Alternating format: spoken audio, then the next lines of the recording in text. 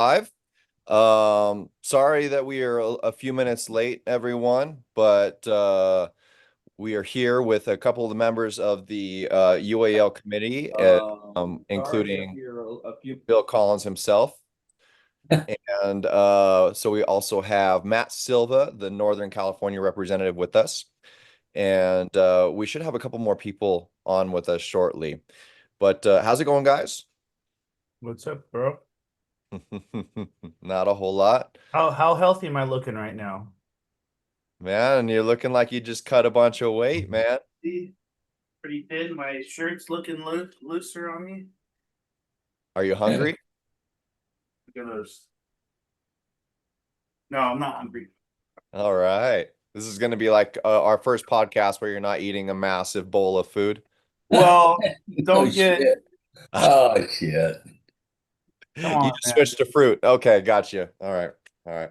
Yeah, maybe you ought to target your dinner at a different time besides eating on the podcast because you make us all hungry. Yeah. You gotta level up, man.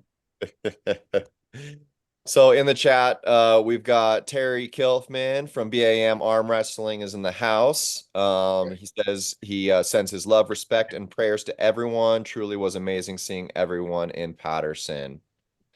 Absolutely. Hello, Terry. It's good to see you here. Absolutely love your family. You were so kind to our family and Odette, our toddler, and my wife Malia were both looked like they were melting in that heat. You kept bringing over watermelon and hydration drinks and stuff. Super sweet. You guys are the best. Great competitors too. Really good to see you there as well. We also have the Drew in the house. Let's see. Yeah, the Drew always points out for me when I happen to be live at the same time as somebody, and right now it is 98%. That is their typical night on Fridays. I'm sorry that we had to encroach on that. They've got a pretty broad audience that they're talking to out there, and we're primarily speaking to our California community about the rankings and everything. Hopefully, other people are taking interest in it as well. But that said, anybody that isn't subscribed to 98%, go check them out. They're always working hard in the community. We've also got Devin Dodd in the house, Zilla 43 saying hello. What's up, Devin? Always good to see you. He's one of Alpha Empire's up and comers, making a lot of waves, very talented, and just most of all, we're really proud of him because he's working so hard. He's one of those guys that's like came in really strong because he's got all that lifting background and stuff like that. And I believe strongman specifically, if I'm right, Devin, right? And a lot of those guys, they kind of have the hardest time getting conditioned in the sport because they're throwing so much strength behind unconditioned joints and tendons and stuff like that. And man, yeah, just power through it like a champ, and he's starting to see a lot of really good results. So yeah, just can't say enough good things about Devin. Let's see. He says correct, so strongman. And the Drew says, wish there was a calendar you all use to not step on each other since most of the time somebody is live. Yes, but it's a good problem to have, the Drew. More arm wrestling. So let's just get right into it because the meat of this show is specifically about rankings. Literally just like 10, 20 minutes ago, our chairman, Rick Banas, just released the new rankings, which basically covered May. And so yeah, he just released it. And just so everybody knows, primarily what affected those new rankings that have just been released on the Ultimate Arm Wrestling, the United Arm Wrestling League's page on Facebook, was Patterson, the Patterson event that just occurred at the end of the month of May. There was, I believe, one or two other events as well. But per our other notifications that we've been trying to pound into the community, if you don't get your results into us by the first week of the following month, it's just not going to get recorded. So we're really urging as many promoters as possible. If you had an event in California and you got brackets, you got super match results, then please get them into us by the first week of the following month of your event so that we can have at least that week, because we're trying to release in a very structured basis by the second week, pretty much the 15th of the following month of what the previous month's rankings were. So everybody can kind of rely on that. Yeah, so just at least give us that week where you can get that turned in and we can make our adjustments. Speaking of adjustments, I'd like to welcome Heather John into the house. Guys, What's up? sorry, been a busy day. I'm late to the party as usual. Oh, no Guys, problem at all. Thank you so much for coming in. So, those of you that do not know, Heather is a big part of this process. She's actually, yeah, huge. She puts in a ton of work on the data entry side for us, and has such a really good firm grasp on the criteria. Yeah, just you've been doing amazing things, and I'm really glad that you've really kind of gelled and meshed with the criteria, and you are able to um you do this so efficiently. I don't think any of us could collect all those results and do it the way you're doing it. So I appreciate the compliment. Thank you. I actually like doing it. You guys have kind of become my second family too with Anthony. So I do not mind. I don't mind the work. It's fun for me. I'm just a lazy housewife otherwise. So this actually gives me something to do with some of my days. yeah, lazy housewife. Oh no, there's nothing lazy about being a housewife. Trust me. No, yeah, I was being sarcastic. Yeah, for sure. I hope so.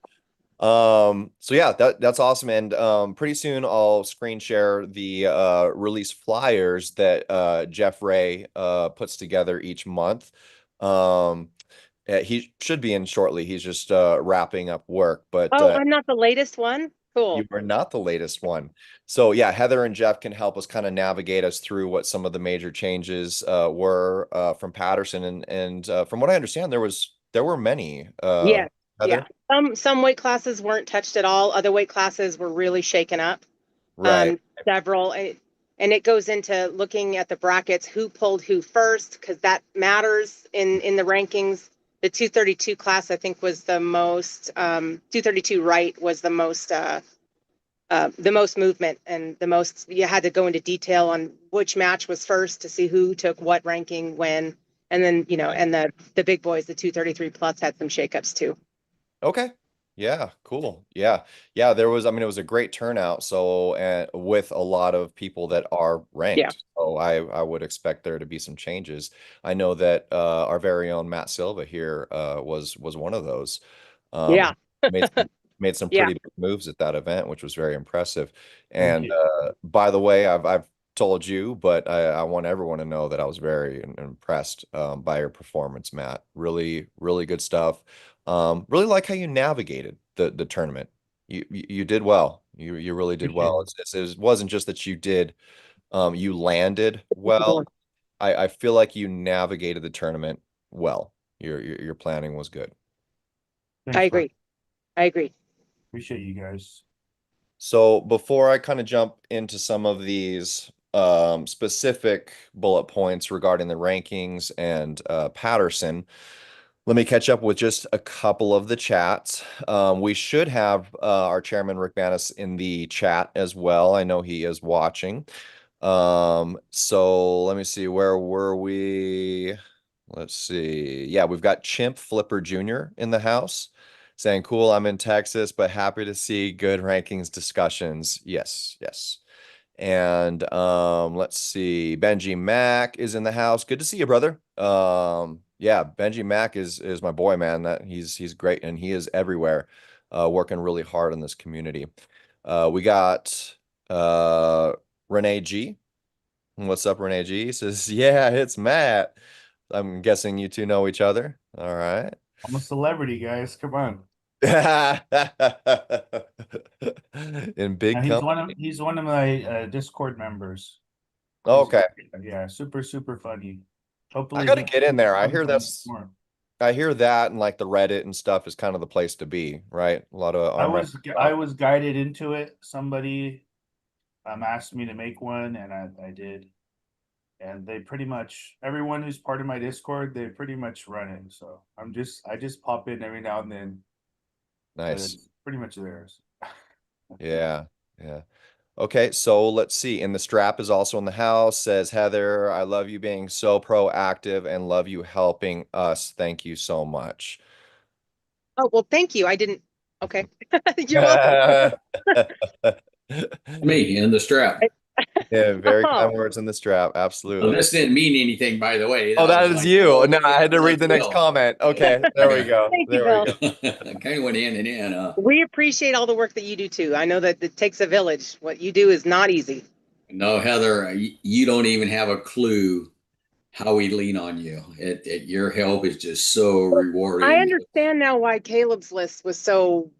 No, That's okay. it's That's it. hard. That's okay. Staying We on got to top of figure it. out where you don't go nowhere on us. Well, Yeah. it's No, it's I'll be it's around. yeah. The thing I that got you guys. the thing that I didn't imagine is that outside of just the simple data entry between criteria and special circumstances and having to, shift and basically discuss things, how much the committee would still have on our plate. We keep pretty busy doing all those. So that's a part of the big reason why you're such a huge lifesaver. When I got into this, I thought it primarily would be let's write a criteria and then it's going to be data entry. But I really like the workflow of this because yeah, there's plenty to do for As the everybody. months go by, everyone's kind of finding a niche. No more chasing down, promoters for their rankings. I entered it as I get it. I'm starting to find a sweet spot on the date when we start. And Jeff knows, okay, Jeff, it's that time of the month. Got to give me a call. We got to go over this. We're starting to, every month that goes by, it's getting a little bit more efficient and a little bit quicker, a little easier to get the data back to you guys. So it's working out. Amazing. As they say, growing pains, right? Yeah. Anthony John, Oh, big boy. Yeah, he's not home yet. Hi. So yeah, the man is also in the house here, saying Matt Silva not for long. Yeah. Talking I was some going to bring that up later. No comment. No comment. He said he was doing my program, so I don't know why he lost, but Oh, we love you, Matt. I love you guys too. I've always said Anthony was one of my favorite arm wrestlers for you guys' team, so End up being number better be nice to me. 9. He's coming for you, Matt. Oh, he's going to get it back. Oh, I'll be ready. I'll be twice as strong next prep. So we've got an interesting question here from Devin Dodd asking, kind of confused how someone not on rankings at all can end up being number 9 after one tournament. Let's That let didn't- Heather take that question. Yeah, well, let me finish his question. After one tournament that didn't even have a handful of the guys on the rankings at the tournament. So please just be more specific, Devin. If you can tell us the name, I would be pretty confident that Heather probably knows who you're talking about, and we can maybe elaborate on what led to that. But I can definitely, like, fundamentally say right off the get, it's only the top 3 where there has to be a special criteria to crack that. Especially for our 2025 criteria, which has a little bit more leniency while we all get adjusted, both athletes and promoters alike. To get on the rankings within the 4 through 15 list, all you simply need to do is compete in a tournament and win. And that's what this person did. Devin is speaking of Nelson Primo. And I'm glad you brought up Nelson because Nelson is no joke. A lot of us that have been in the community a little longer know. That's Matt's boy, right? He's on My Matt's boy. team. Yeah, I've seen videos of him pulling before. He's Deadly. not a joke. And he's been around a bit, hasn't he, Matt? Yeah, since the 80s. Yes. Yeah. Nelson's a bad dude. He's Yeah, done he's great, legit. actually. The only reason why he wasn't higher up because maybe he hadn't been polling like that. I don't see him Yeah. competing much. I don't see him competing much. His name doesn't come up in any of the brackets. He just pops in Yeah. once a year or so, but he showed people what was up at Patterson. He earned Well, that. he doesn't train often. He's been very busy at work. He works in San Francisco. So he'll show up to practice without training at all, and he just takes my wrist. I fucking hate it. It's been like this for like 6 years, Yeah. and his right hand is just built different. I Yeah, mean, him and Anderson seem pretty tight. We were chatting a yeah, they little train bit together too. Yeah. during the event. Very, very nice guys, both Anderson and Nelson. Can you, Heather, elaborate on any particular names that Nelson beat that earned him that spot on the rankings? Well, without me exiting Zoom, because I have my list and everything in my files on my phone, that was the list that kind of threw, that's 232, right? That's the one that I was talking about. That Yeah. kind of threw me for a loop because Very good. there was a lot of movement on that list. Zach Pow was, forgive me if I'm wrong on the number, I think 10, 9 or 10. And then you had Nelson Primo coming in. You had Jaden Smith and Kyle Souza, I believe, Yeah, were the other two, the other one. he must have beat Jaden. Anyone that was there that wasn't like Michael Boss, like Nelson's gonna beat right-handed. You know what I mean? So Like yeah, the order that anyone they up went in, north. Yeah, anyone the up order north. that they went in on the list. Oh yeah, that helps. Thank you. There we go.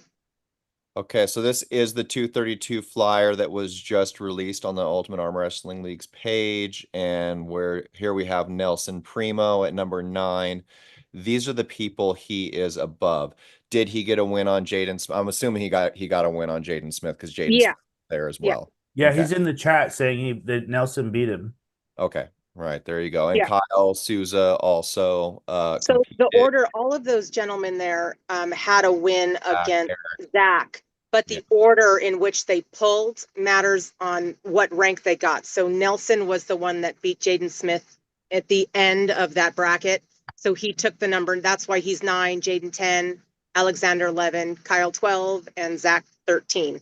It's Yeah. all in the order in which they pull which match was which. That puts them in that place. They could have all, I could have just tossed a dice and put anybody 9 through 13, but you have to go in and look at the order. And Yeah, Devin for example, go ahead. I was gonna say like so if Jaden Smith is number 10, or say Jaden Smith is 9, and then Nelson beats Jaden, now Jaden Smith becomes number 10 while he's in the tournament. So Yes. Yes. whoever beats Jaden again is now 10, Yeah. and then Jaden is pushed down to 11. Exactly. So that's how it works. Exactly. Yeah, The minute you beat them, you automatically become that number, even though I haven't written it down anywhere yet. And then if somebody else comes in and beats Nelson, then that person would become 9 and Nelson would become 10 and so on and so forth. So Yes. it's the minute you beat them, you automatically get that number. It's just a matter of putting the data where it goes later on. Yep. Not simple business, my friends. A very complicated thing. Hard. Yeah, it's very complicated. Yep. Very, very, very, very. Hey, Kane, did you see Jeff's having some issues trying to log on? Oh, yeah, let me pop out of here. Yeah, try again, Jeff. I'm not seeing the request to pop in. Maybe, yeah, I'll resend you the link. Yeah, I was gonna say Devin Dodd. I love that you're asking that question. That's Devin's class, the 232s, and he's a serious killer. He wants He's all of gonna those be on the names list from in a matter of Nelson time. down.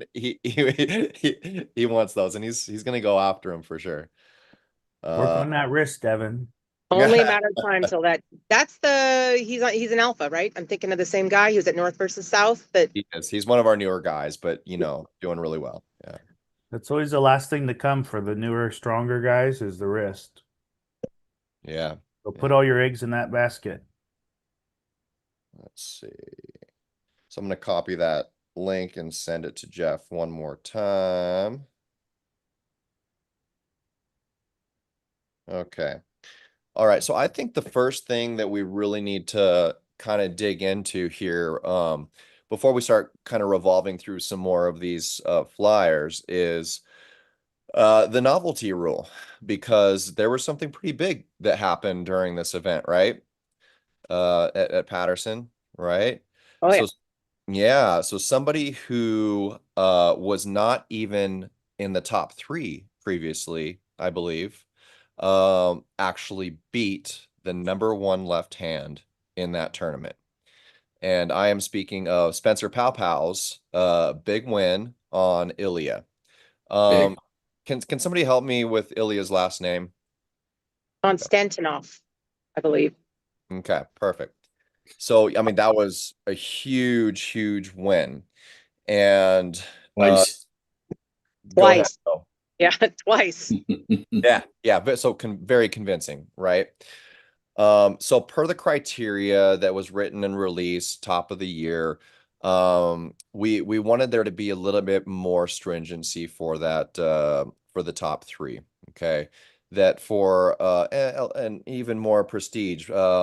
We want to see a lot more accuracy where things like a tournament bracket or somebody being worn down or this or that. Now, this is no excuses towards Spencer, that we wanted to see those top three fluctuations happen through a super match. So there is a super match criteria, top three super match criteria that we have. If you guys think it wouldn't be too boring, maybe in a minute I'll pull up the criteria and we can screen share it to review some of that. I know we've done that on this show before, but because of this fact, we knew that there would be. So basically, I'm sorry, just backing up a little bit. The main point is you can't, a top three person's rank cannot be affected by a tournament per our criteria. So if anybody in the top three in any weight class is competing in a tournament, they're pretty much safe. Okay. It's going to require a super match, a call out, something official of that nature, and for it to be reffed by a certified master or senior referee for that ranking to be challenged and taken or defended, what have you. But we knew that there would be a circumstance where somebody that was in the 4 through 15 ranks happens to, well, really any rank, I guess, could beat that number one puller in a tournament. And per the novelty rule that we came up with, that person who beats them, they are given priority for a super match with that number one puller. So, in any normal circumstances, our criteria is written with you had to be in the top 10 to call out anybody in the top three. Go ahead, Matt. I just want to jump in on that because I know I went to the after party. I heard what people had to say about it and everything. The reason why the super match is the most accurate, period. That's the most accurate. If you want to be number one, we want to know exactly who's number one. You get your 3 months of prep awarded to you before you have the super match, and then you have the match and you see who's number one. Now, that being said, this criteria has been in place since January, right? And so we can't make any exceptions on this.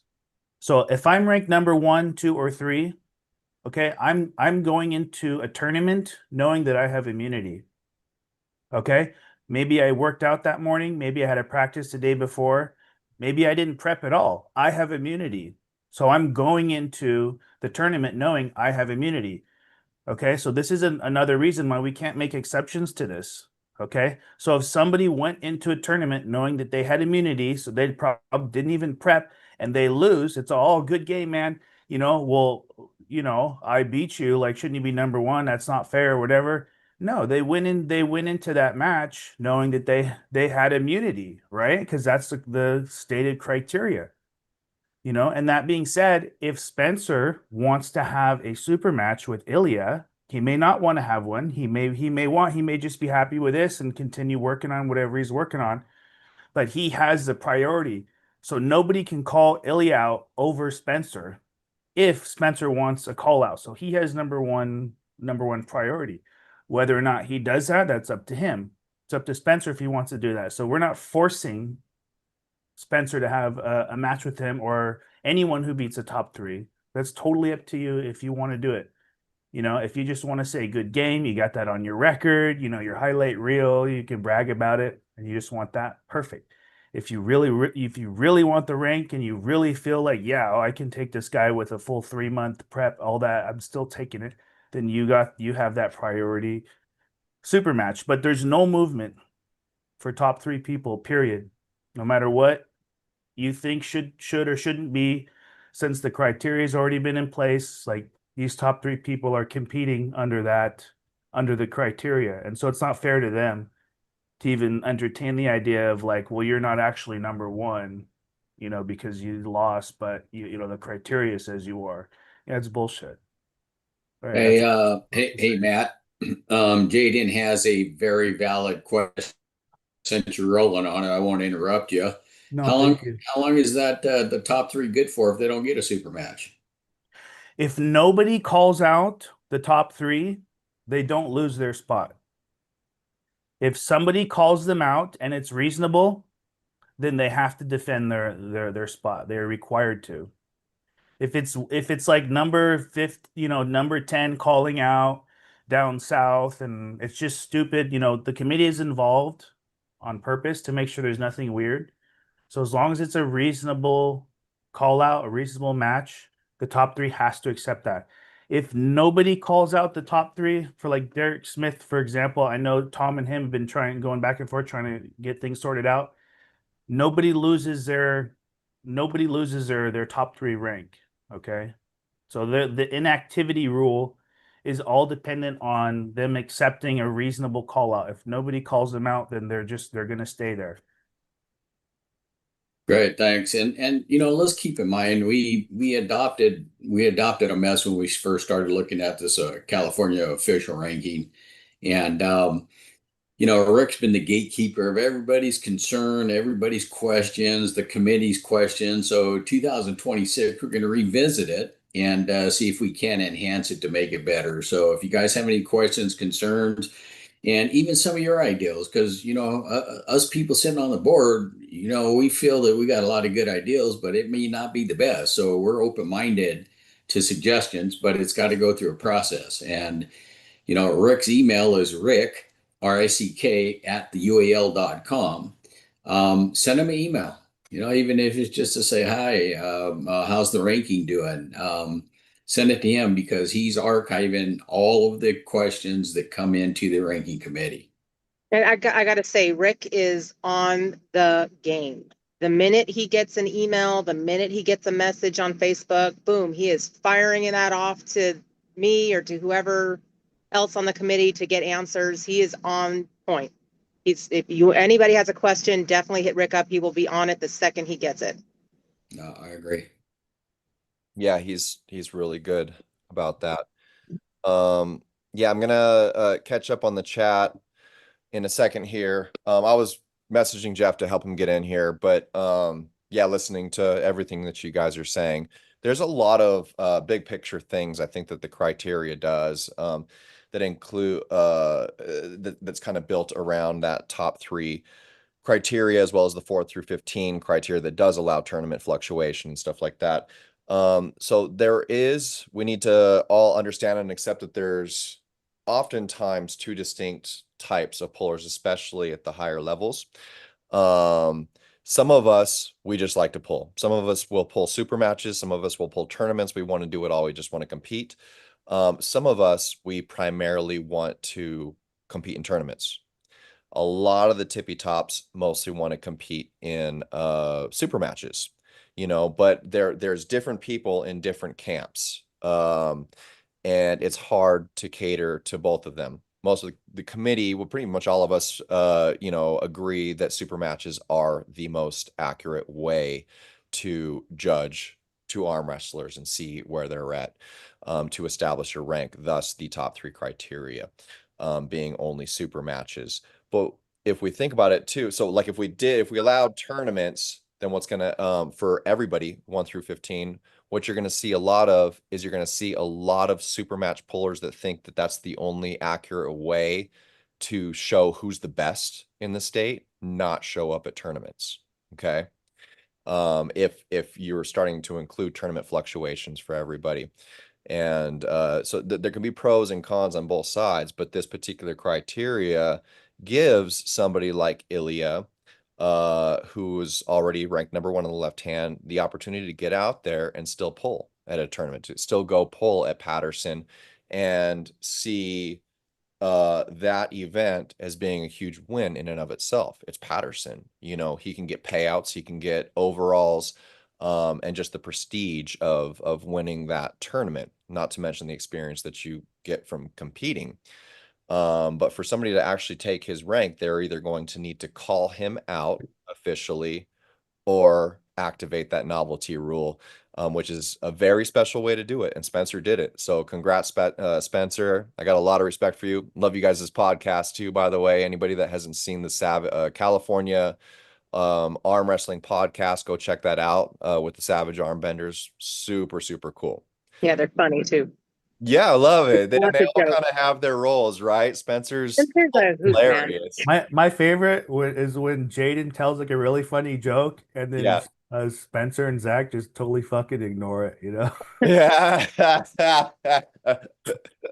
like Yeah, what? it's funny too, but he's very like he's very, I don't know, data driven and kind of like analytical, and he has this really good insight. Spencer is just hilarious.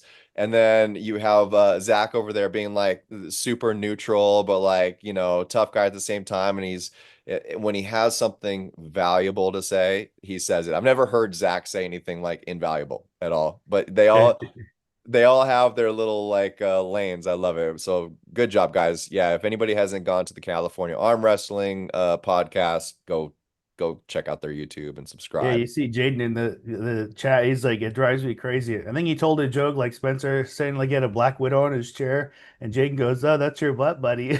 Yeah, their You know? chemistry's perfect. It's yeah, the three of them are And I perfect. see Bill's rolling his eyes, you bastard. That was funny. Okay, so yeah, getting back on track before I reveal the cards. Hopefully Jeff should be popping in here soon. Jeff, if you have any other trouble, message me or text me. And sorry that is happening. Let me just review through here real quick. I'm not going to read all the chats. Just see Not too many. have you been following, Matt? Yeah, you could probably go through it real quick. It's not too many. Okay, so we got Mike Linder in the house, another one of my teammates. Just a total phenom. He's for sure probably our best lightweight that we have. Like he is for sure at 165 pounds. We have Will Klingman too, but he's bouncing up to 185. And speaking of Will, look out, he's taking things serious. He's in the gym with Derek now.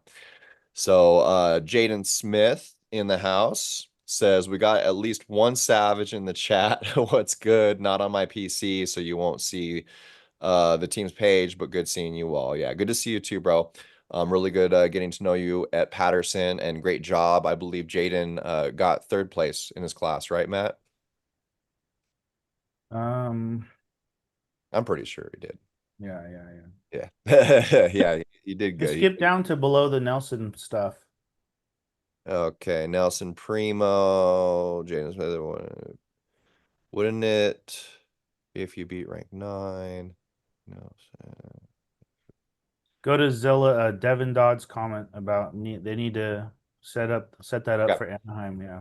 Yeah, Start they there. didn't set it up for Anna. Oh, you were talking about Spencer and Ilya? Yeah. Yeah. Let's It's up to Spencer though. yeah. And Mr. Bill Collins.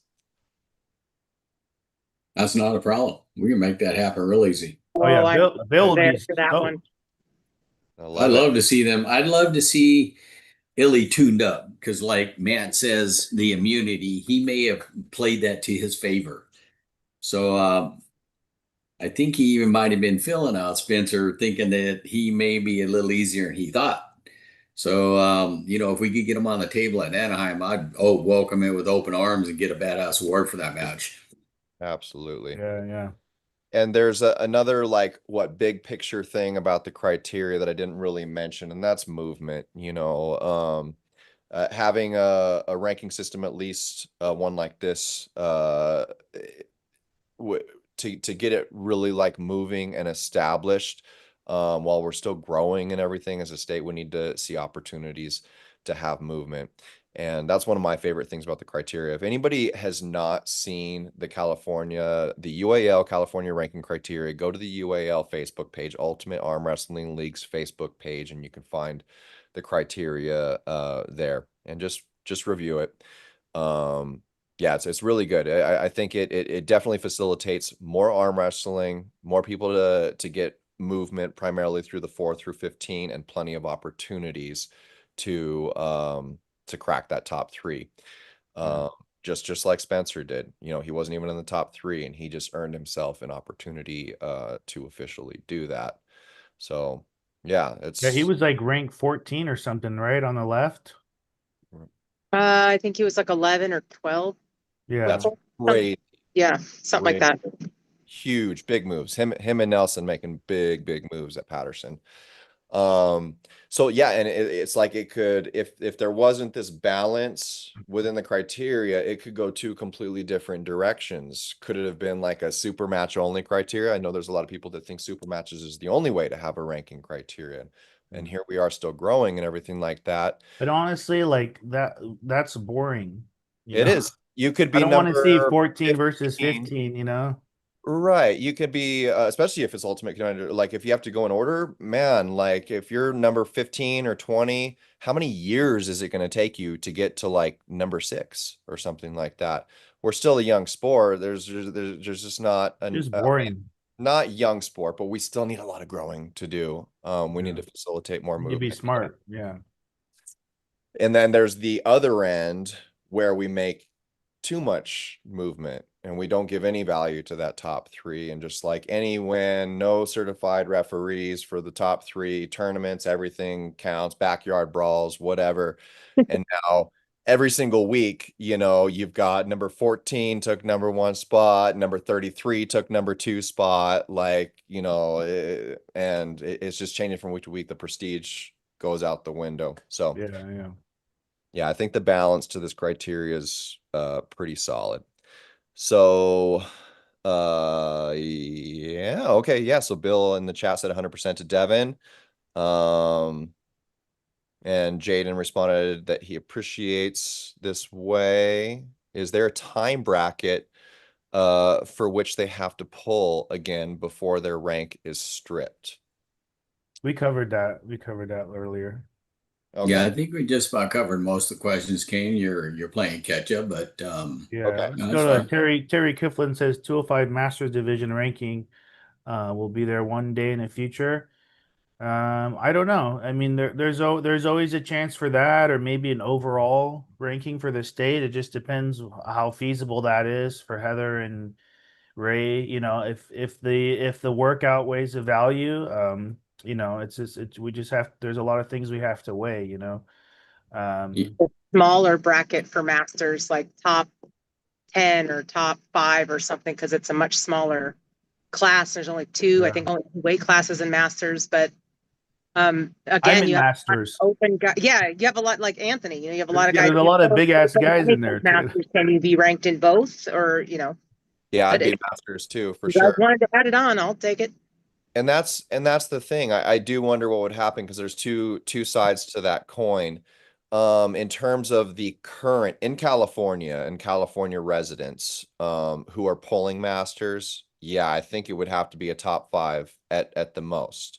Not because there's only 5, but if there's even 15 that are regularly competing, which I don't think there are, on average at most of these California events, then yeah, top 5 would be running what percent? We'd be somewhere in like the 20 to 30% range of all pullers that are actually being, the considered the top ranked pullers.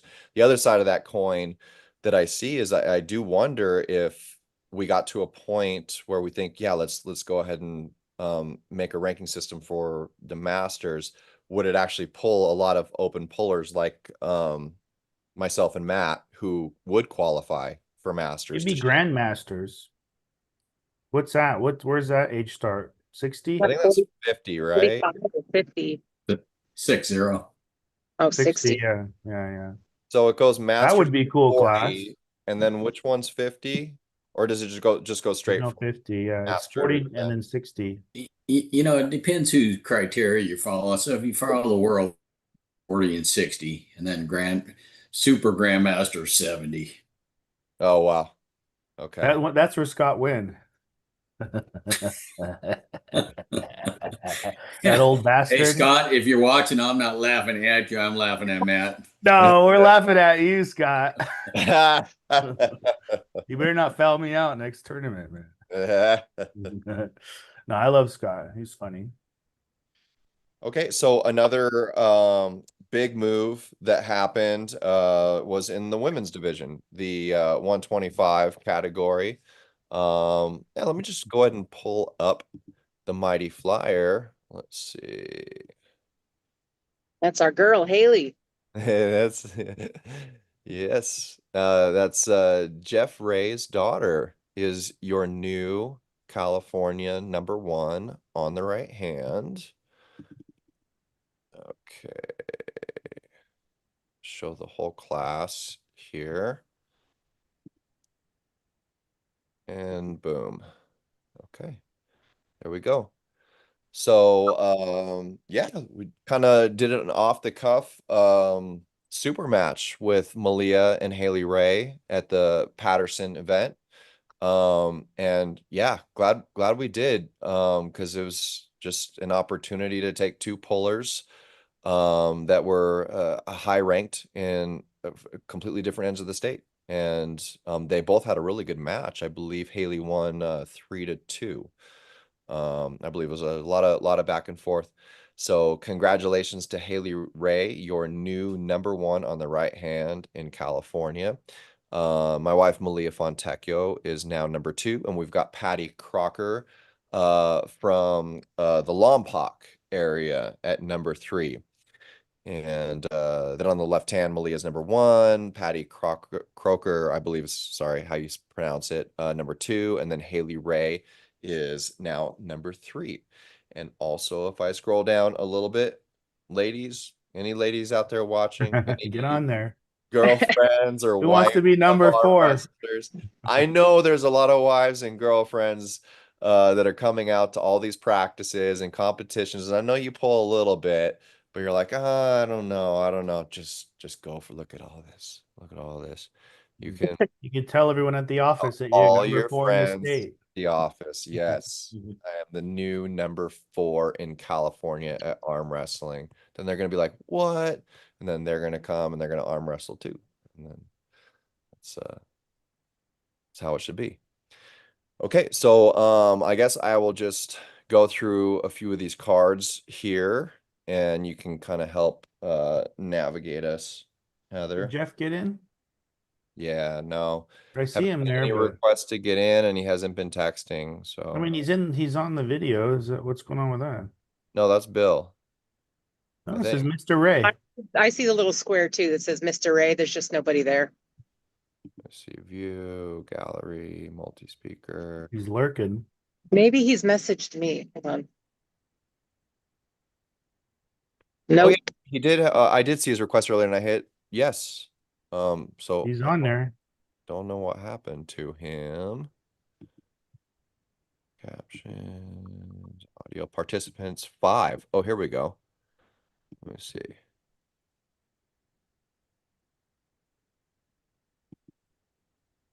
Okay, so his audio is down. Asked to start video or asked to unmute. Okay, yeah, he might just be having trouble with the audio and video, or he's just busy. And let me pull up one of these cards. We can just continue with the women's ranking flyers. So we already saw the 125. Am I still screen sharing or no? No. Okay, good. Stop that. Let's see.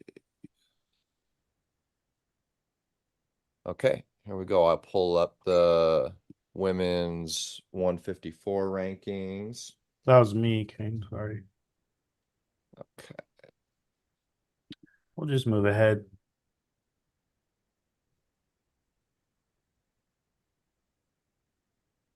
Okay.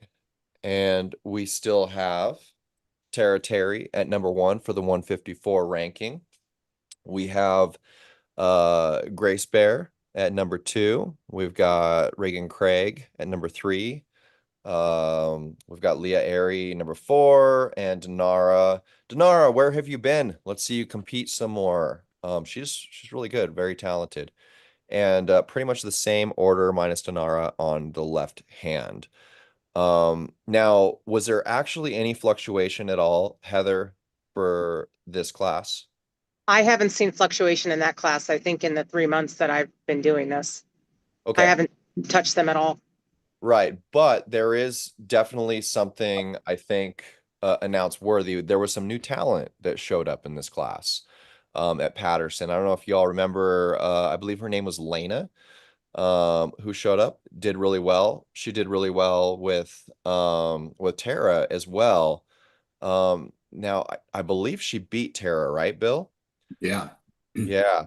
So Yeah. that technically she was the female in the event that also activated that novelty rule. So yeah, I definitely did take notice at the event. Malia and I we went and introduced ourselves and got to talking with Lena a bit, got her information, and have been in contact with her. So just in general, you see someone coming off the streets. I think she's been to one practice, very strong.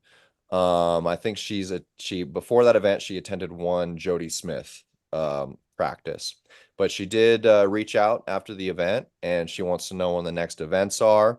So Bill, hint hint, if we've already got Ilya and Spencer kind of on deck for maybe a super match at UAL in August.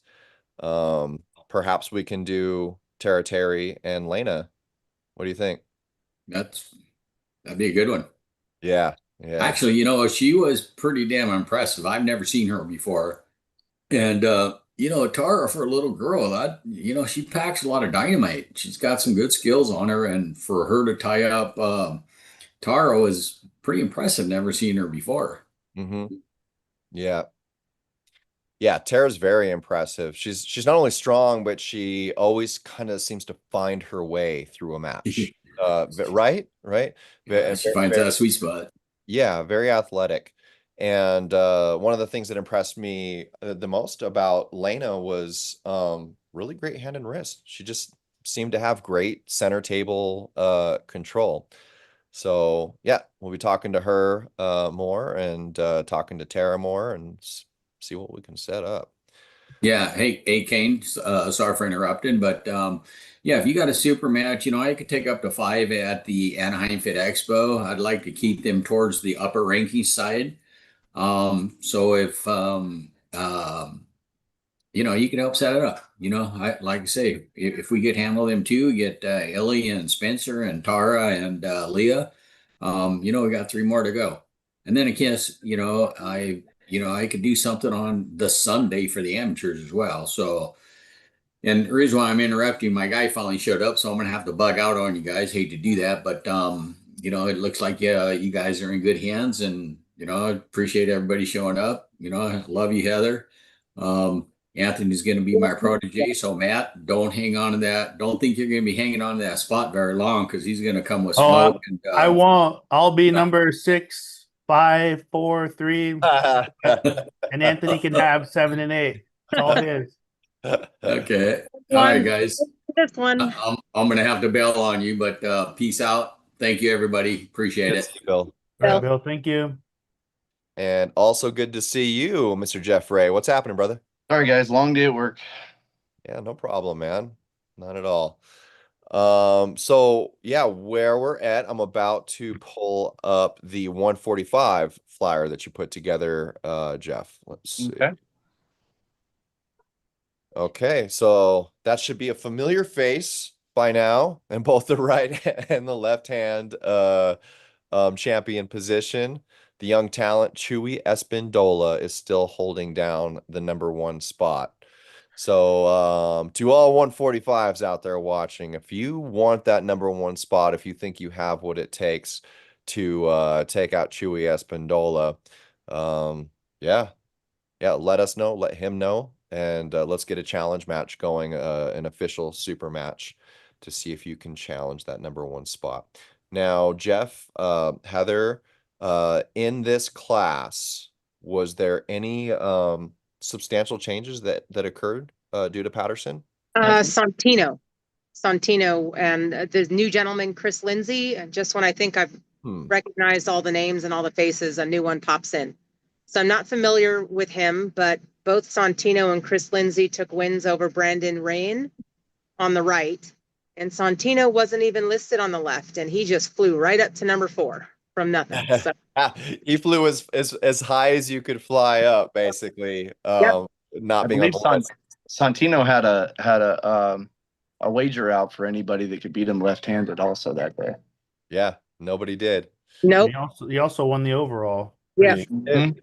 He did. Yeah. Strong dude. Santino is quite an athlete. Very, very impressive. Hasn't even been in the sport that long either, has he? I want to say like Santino? yeah, hasn't it been like No, he's 3 been. years? I remember watching him getting his ass beat over and over everywhere. He was at every tournament. I'm like, who is this guy? He's been in it for at least 5 years. At least 5, really? Okay. Yeah. Okay. All right.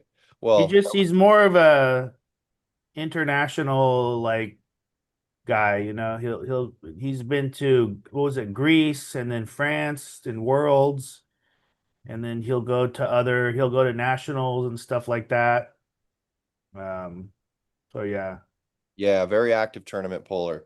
Yes, Number one in the world, by the way.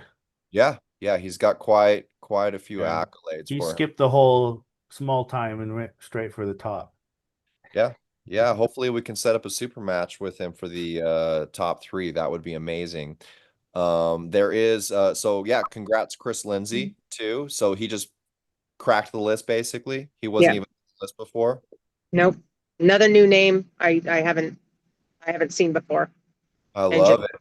popped right in. So Very cool. And that's what the for 2025, that's what the 4 through 15 criteria is for, is to get that movement and get people in there that deserve it. Okay, another name I'd like to point out here is Mr. Mitchell Stone. Mitchell Stone has recently climbed his way to number 4 on the right hand, right below Calvin Leo and Christian Zepeda and Chewy.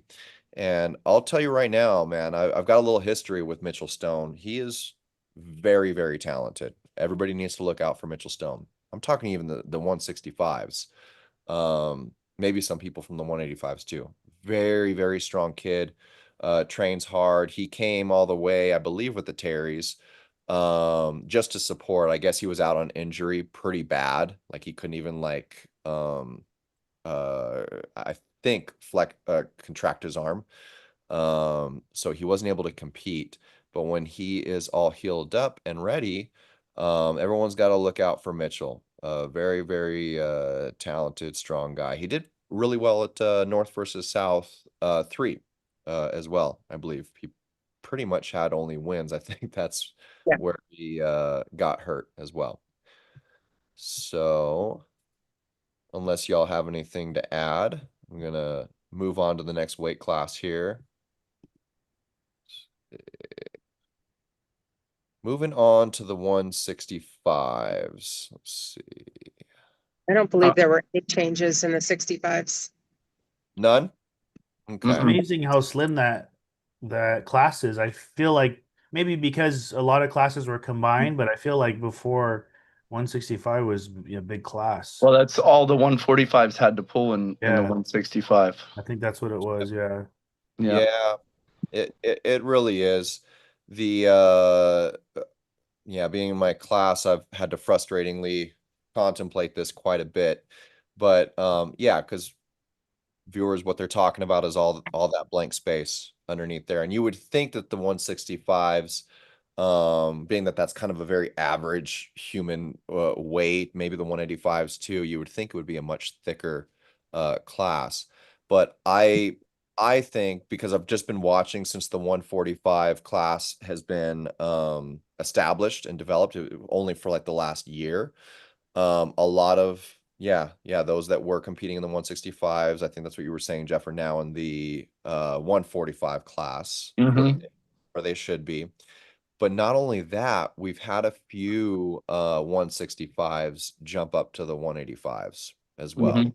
And then the real thick 165 class is actually the amateur 165. Is it really? Yes. Man, they need to move up, dude. Like, look, whoever jumped Look at in all from that there, space. look at me, you'd be number 9. Yeah. Yeah, Come on the left, on, you could be man. number Like, 9 right now if you're an amateur 165. you In guys need fact, to you got to kick these guys in the ass, man. yeah, I'm just gonna put a few names out there on blast right now that should. There's Nick from Vosgin's team. Very strong, very talented. What's his name? Travis Jourdain. I think he more falls in the 185 category, but I thought he was competing 165 at some I point. think he competed in the amateur at Cal State this year. He's ready. Yeah, he's definitely ready. He's ready. Jump in there. Nick, especially though, yeah, jump in there. Hopefully we'll see more of Mitchell Stone. I'm not too sure if he wants to.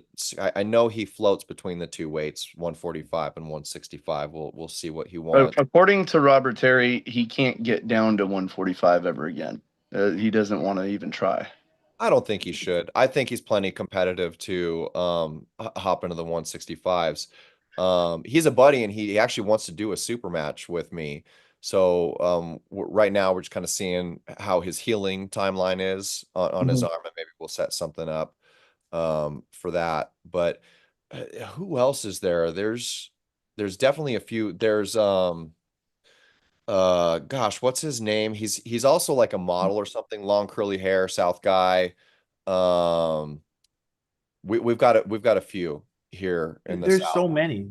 Yeah, Every team has at least 2 or 3 I think 165 or amateur that are just fucking strong.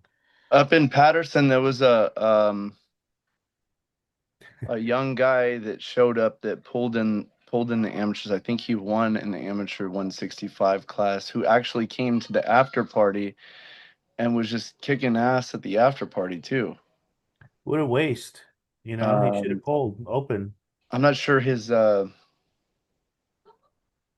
can't remember his name. It's gosh dang it, I wish I could remember his name. Ennis?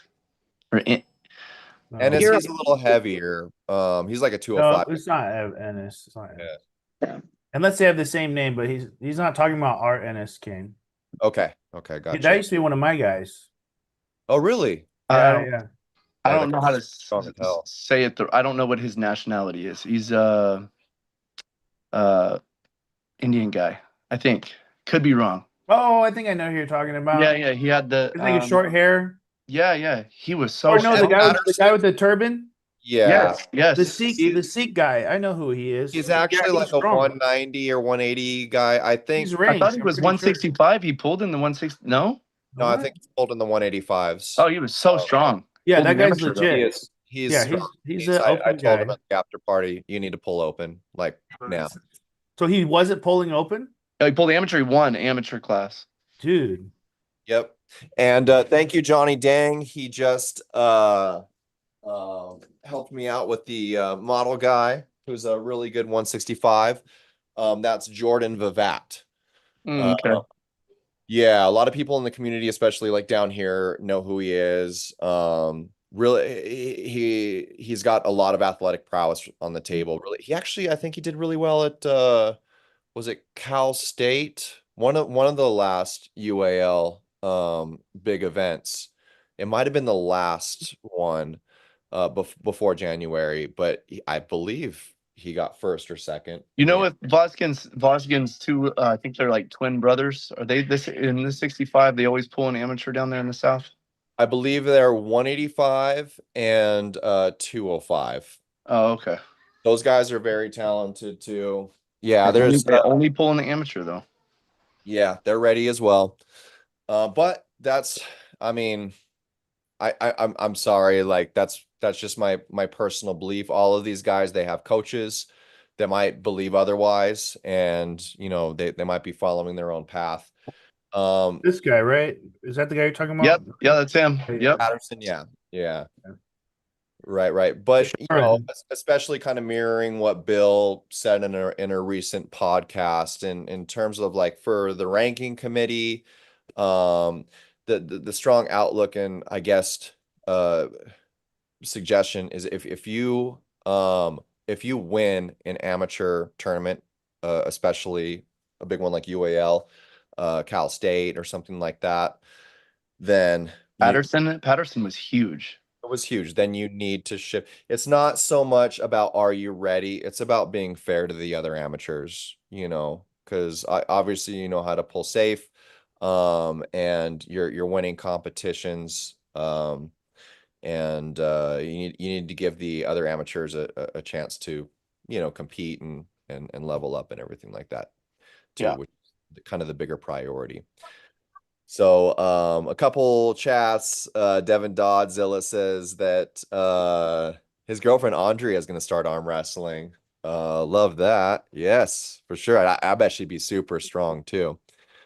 And Mike Lindner also says that he has a super match in August as well in Anaheim. I don't know if I'm allowed to say anything about that, but I'm pretty sure I know what that is, but he is correct. And that'll be a good one.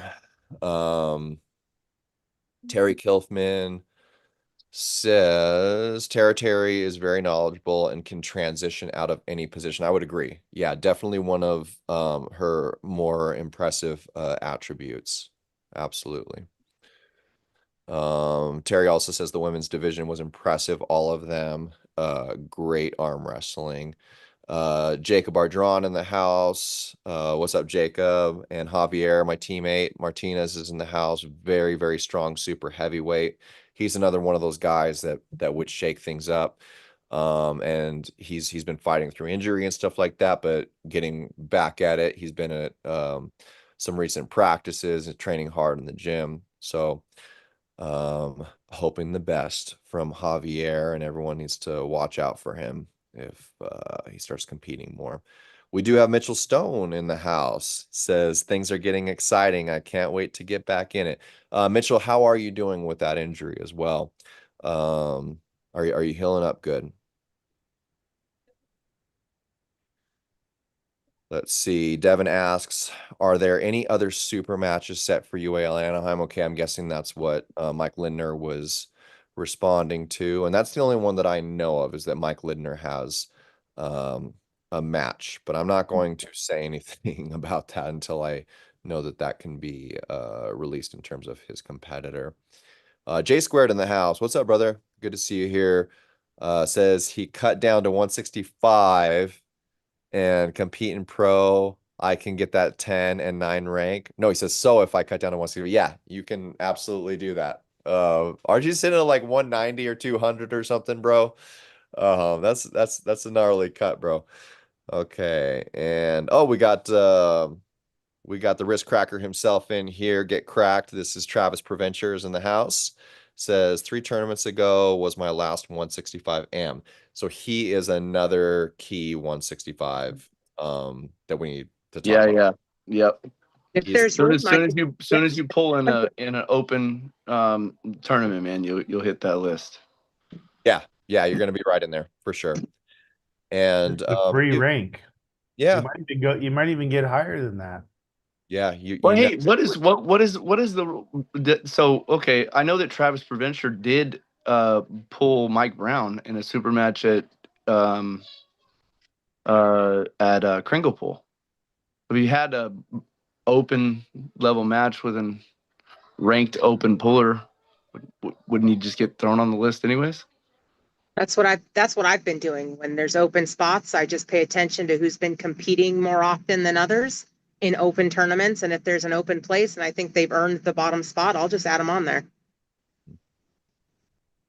yeah, I don't know any details about that super match. Maybe it was just for fun, Mike gets hungry, so who knows? It was a grudge match. Preventure and Mike were going back and forth on Facebook, and Preventure called them out.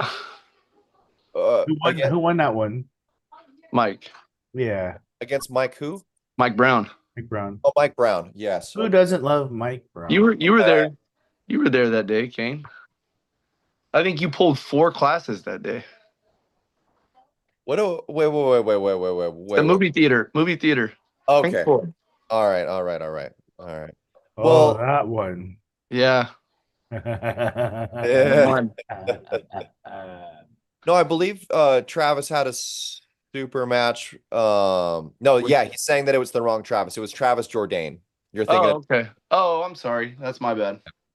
yeah, Travis Proventure's super match was damn it, who was it with Travis? I'm Oh, trying to I got the wrong Travis. I'm sorry, Travis Provencher. I'm sorry. Benji. Benji, that's right. And Travis Proventure won. Yes. Yeah. Yeah, Benji too. He's another one. He's another 165 that would Yeah, we got it, honestly, chat. Benji yeah, should already be on the list. he kind of already should be because he does compete.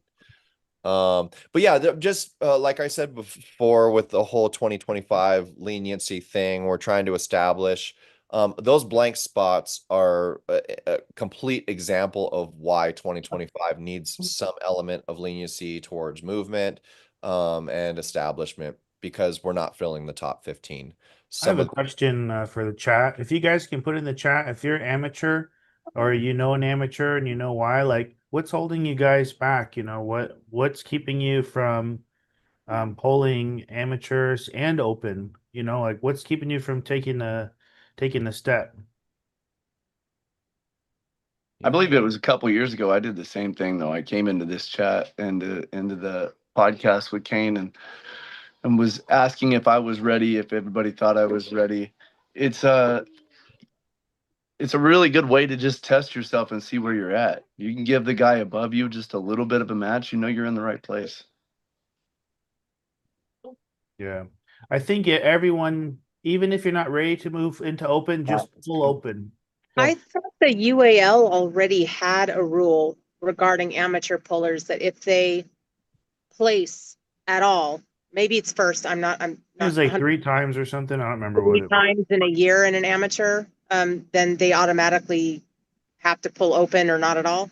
Am I confusing that with a different rule? I thought That I was believe Bill's it's like guideline, yeah. But how I do you believe track it's like that? a I think it's like a safety and liability thing. You don't want to tell somebody they have to pull in a certain class. Yeah, yeah. But you know, if you know how to keep yourself safe on the table and not hurt yourself, you know the positions that are bad, and you have been somewhat successful in the amateur class, just go for it, man. yeah, I agree. There's way too many. I call them open AMs, guys that you've seen in a lot of tournaments. They only pull amateur, but they take medals home every single time. It's like, come on, guy, like yeah, yeah. go No. over. Well, when I first got in the sport, there was a lot, especially in the 165 class, there was a lot of guys that would pull in the open class and then come down and pull in the AM class. And I Yeah, understand that's like more table time. But it really screws up the possibility of any amateurs coming up through the ranks, you know? I So for you, Jeff, it was more like you didn't feel worthy to pull open, kind of like a Well, respect thing, or I could never actually crack the top three for the first year or two in an amateur tournament because certain open pullers would pull both, you know? because my experience was when I pull, I mean, my first tournament I did open and amateur, and I did better. I felt I did better in open, Mhm. and I was like, wait a minute, like there wasn't a huge difference. You know, I felt I didn't think there was a whole huge difference for me, and so I never pulled amateur again. And you know, I lost a lot for years and years. Uh, Uh-huh. you I know, think that's what holds a lot of guys back. I think it's a guy thing. They don't want to not take home something. well, it's So like, it's do you want pulling to and lose?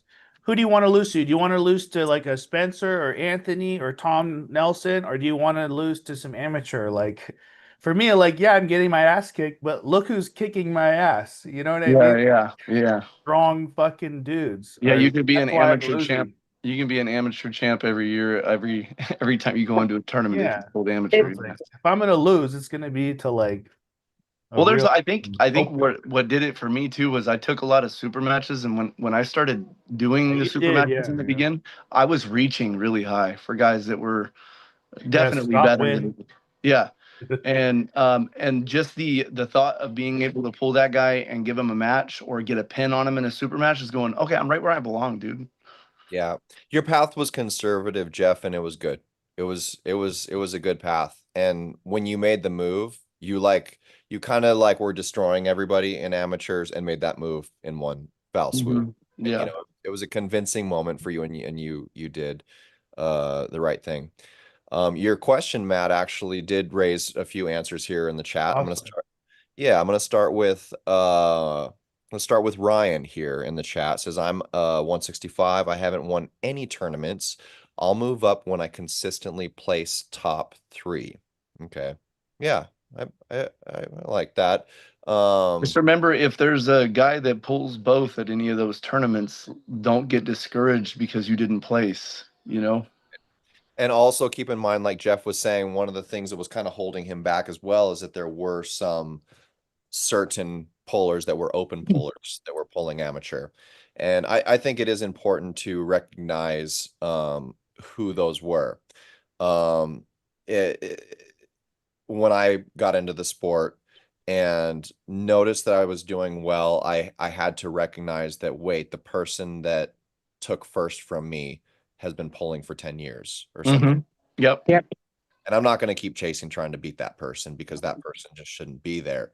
So I just jumped up and, Yep. started taking some losses, but learned way, way, way faster. I think the biggest defining difference is, do you know how to arm wrestle safely? Like, can you protect yourself in an open competition? Who cares if You could also be in like kind of a roadblock situation too, where the guys that are in your area that are showing up to tournaments have a style that just is so hard for you to deal with, oh, you that's know? true.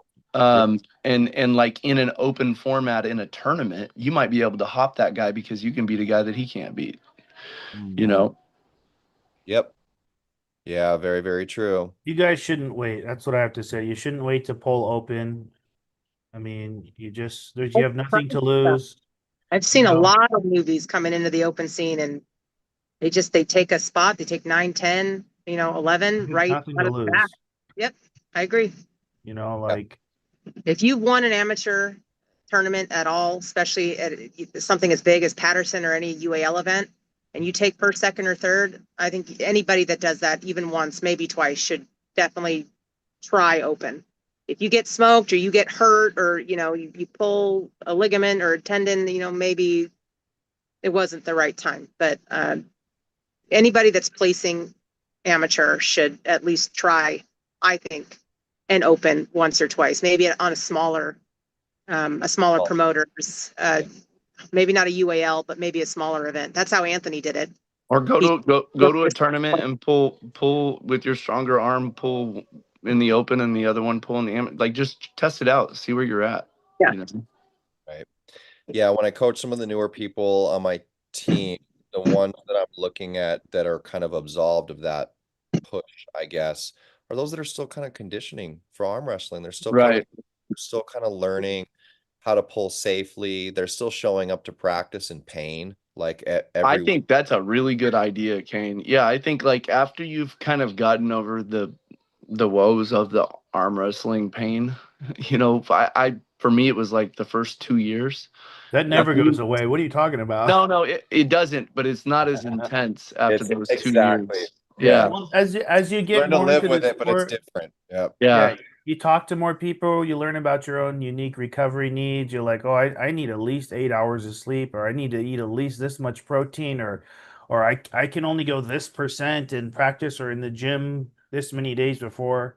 You know, it's more of like you're learning about your own recovery. You know what I mean? Because like if I pulled like I did in the beginning and I trained like I did in the beginning, I feel that I'd be in the same amount of pain as that I was in the beginning now. You know what I mean? I just think we start to learn like don't do that, or make sure we do this and oh, I have to do that. And then that's really how you avoid arm wrestling pain because I don't really have any anymore. But if I fuck up in my recovery, I have it. Like Yeah. it comes I think right it's back. just like Toothaches, that initial Right. like brachialis pain, the initial elbow tendonitis pain, the toothache. the inside, the outside, feeling like your arm's broken when it's not. Like that's I love the that one. beginning. Yeah, that's the beginning phases. And once you get past that, if you stick with it, then like you get over that hump. you should go in the open for sure. And that's going to be different for different people too, Yeah. based on their backgrounds and stuff like that. You might be somebody that's already got some pretty conditioned tendons and joints through a background that has at least some similarity to our sport, and you might come in a little easier. You also might be somebody with a very low level of strength. That actually the majority of the new people I see come in on our team that do really well with the conditioning process came in with the lowest levels of strength because they were applying the least amount of tension on those unconditioned tendons. Hey, those are my favorite guys because those are the guys you grab and you start teaching from the very beginning, and they don't got enough strength to hurt themselves. Yeah, and they actually do really well. Really well. Yeah.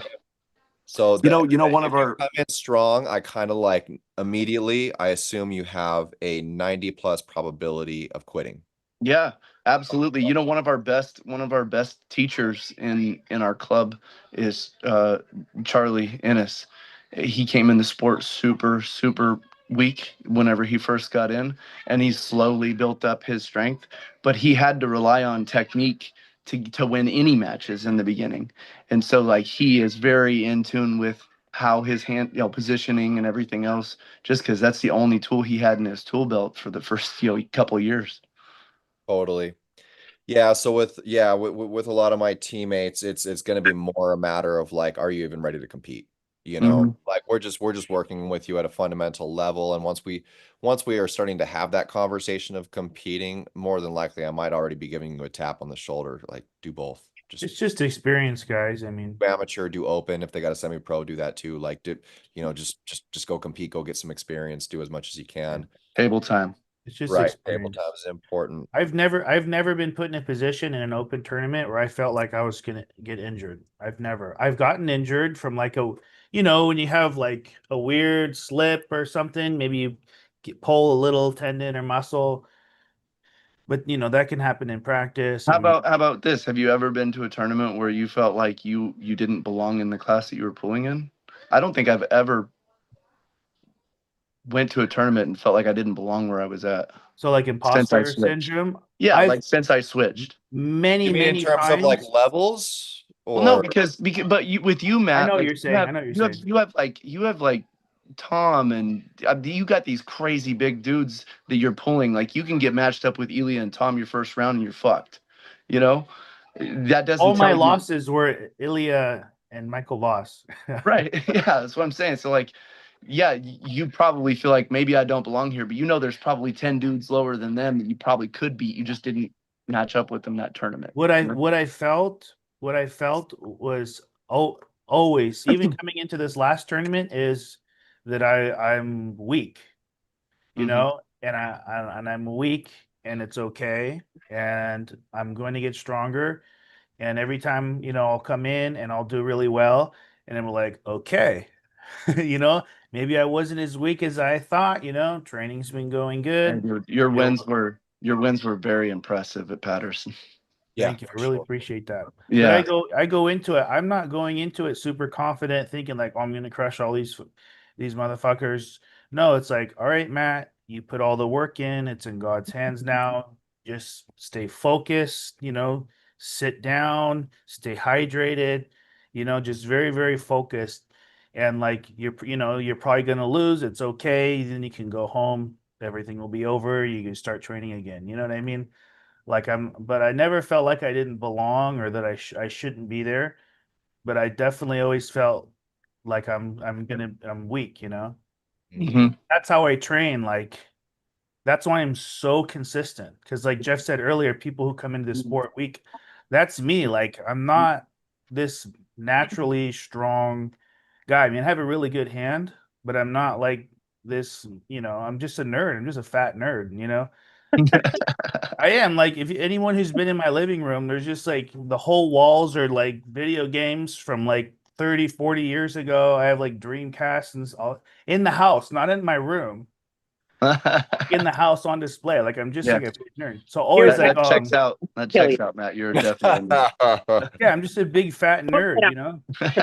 So I'm just like you said, Tom, like from day one, my first tournament, like Tom, Ilya, like all these crazy people, and I'm just like, I'm gonna get there. Just keep working, Matt. Yeah, Just don't consistency wins stop. the race. 1 year, 2, 3, 4, 6, 10, 15, 20. Like you're gonna get there. Just don't stop. Never give up. Don't worry if you're weak. But never that I felt like I shouldn't be there. Just weak. Yeah. Just a little like statistical math. No matter how talented or genetically gifted somebody, and people are in a class, the larger percentage of people in our sport are not going to be consistent. The larger percent of people are not going to run a strong, strict program. I mean, everything from the gym to table time to nutrition. And so Yeah. the person that is doing that, they are going to improve. Now, if that talented genetic freak or whatever happens to wake up and starts deciding to do those things, then great. Now you might be a world Yeah. champion or something like that. And the key But to the majority of the people are not doing that. 100%. They're not doing Thank that. you. And the key to that is, maybe when you were younger, you used to draw or you used to work on cars or something, and you think back, what if I never gave up on that? Like what if I kept doing that? Where would I be today? Like I never, ever, ever want to ask that question ever again. So everything I start or I do, it's 100%. I'm consistent. I never give up on it because I never want to look back, be like, man, like what if because I did give up on arm wrestling. I came in 2009. I was in it for like a year and a half, and then I left for just personal reasons. And then I came back in 2019, 10 years later. I'm like, never again. Like, what if I never stopped in 2009? Like, where would I be? So I lost 10 years. And so, yeah, use that to motivate you to be Yeah, consistent and just keep pushing through it. definitely.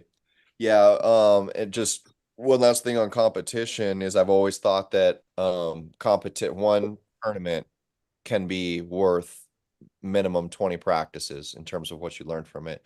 Not to mention that they go hand in hand now through, navigating a tournament, you can actually understand what you need to be training. Your training might be throwing darts at the wall in the dark, like you might not really know what the hell you're doing until you go and compete and realize what you need to do. Now the dynamic that makes that kind of complicated, and I think should also help people decide whether they're going to be moving from amateur to the open class is, are you learning anything? Now, if you're an amateur that is still getting things from these events, especially knowing that, you learn more oftentimes from losses than you do wins. If you're dominating the amateurs, then you're not really learning anything at this point, not to a Yeah, capacity. experience, just jump in. Yeah, you I got like to, I like having targets. yeah, Like Matt has. Matt has a target. His target right. is Derek. Now He's you been very, can, very, very vocal about that for a very long time. And I feel like even in my 185 class, there's guys that are targets that I want to beat. If you're in the amateur, you're so far away from that target. When you get into the open class and you're in the mix, you're Yeah. like, I'm only 4 spots away from that motherfucker. You know? right, And it right. might take me 10 years to beat him, but I'm gonna fucking Yeah. beat him. Yeah. Can jump into the open class and have a hard time learning anything. If you're that far off, or maybe you're just not perceptive enough to realize maybe where you fell short to go 0-2 or something like that. But when I do recommend for anybody to pull the open class that's kind of new to the class, my biggest advice each time is to be present. I don't care if you were like losing or winning or whatever, just be present to collect as much information as you can. It might be a little bit distorted at first because you're not sure, could I have been stronger? Was my technique wrong? This or that, but that's going to refine as you continue to do it. The information might be more broad scope that you'll get from it, but it will probably help your training. You're gonna at least know what happened, and maybe your coaches can help you through that too. Mm-hmm. There was a moment in my experience of pulling that was the most pivotal for me at tournaments, where I could finally, in terms of what learning looked like, where I was able to say, I didn't really do a whole lot wrong technique wise. I threw the kitchen sink at pretty much everybody. I adjusted to whatever technique needed to be done, and I could say my brachialis was too weak Mhm. in that match. I need to get stronger there. And about maybe 10-15% stronger would be amazing, you know. And it could start measuring these little angles or strengths or isolated weaknesses that need to be improved. So I guess if there's any point to that is that yeah, it was definitely more the technical side that was kind of like flowing to the surface in the beginning. You learning Right. better in terms of that. But once you get to a certain point, there's only so much you can do with that, especially in the open class. You learn that those techniques mean nothing if you can't apply the appropriate strength. Absolutely. I think my most pivotal information that I ever got was with my coach when I went to a tournament, because I have a tendency to kind of float around and talk to people, and Oh, I'm paying attention as much as I should. You Ray's get my in, opposite. yeah, you get into a situation where somebody that you've beat is arm wrestling somebody that you can't beat, or that you haven't had the opportunity to beat yet, and they give him problems. It's like, well, you weren't watching, so you don't know what to do now. You know, you got to pay attention to every single match and try to find the weaknesses in every single opponent that's in that. Because in the open class, you're going to see the same people every time. You know. so there is a few more amateur responses here, but first I just want to ask real quick, Heather. So Anthony, he's just this impressive creature. You're doing rankings data with us. I bet you go to a lot of these practices. Do you know what I'm going to ask? I actually have never been to one of their practices, but I You hear all the stories as soon as he gets back home. Okay. What is your interest in arm wrestling? Do you want to maybe give it a go? He's asked me that, especially recently. I see the pain that he goes through, especially the first couple years he was doing it, and he's a gym rat. He's in the gym almost every day. Yeah,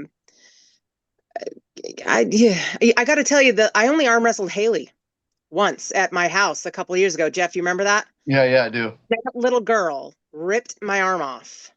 She was only, I think, 13 or 14 years old at the time. I'm like, yeah, this shit ain't for me. But Yeah. yeah, I got a girl that weighs, as much as my kneecap, like ripping my arm off. And Hey, You know, it just might mean you have a emptier cup that you can, fill into being a world champion or something like that. with I don't arm know. I'm too old wrestling, for this crap. arm wrestling is such a dumb gay sport. Like you don't have a choice. Like if you're an arm wrestler, you didn't choose that. Like you just don't have a choice. There's something in you that you're so competitive. You're crazy. I think there's You one of know, us in every single classroom growing up.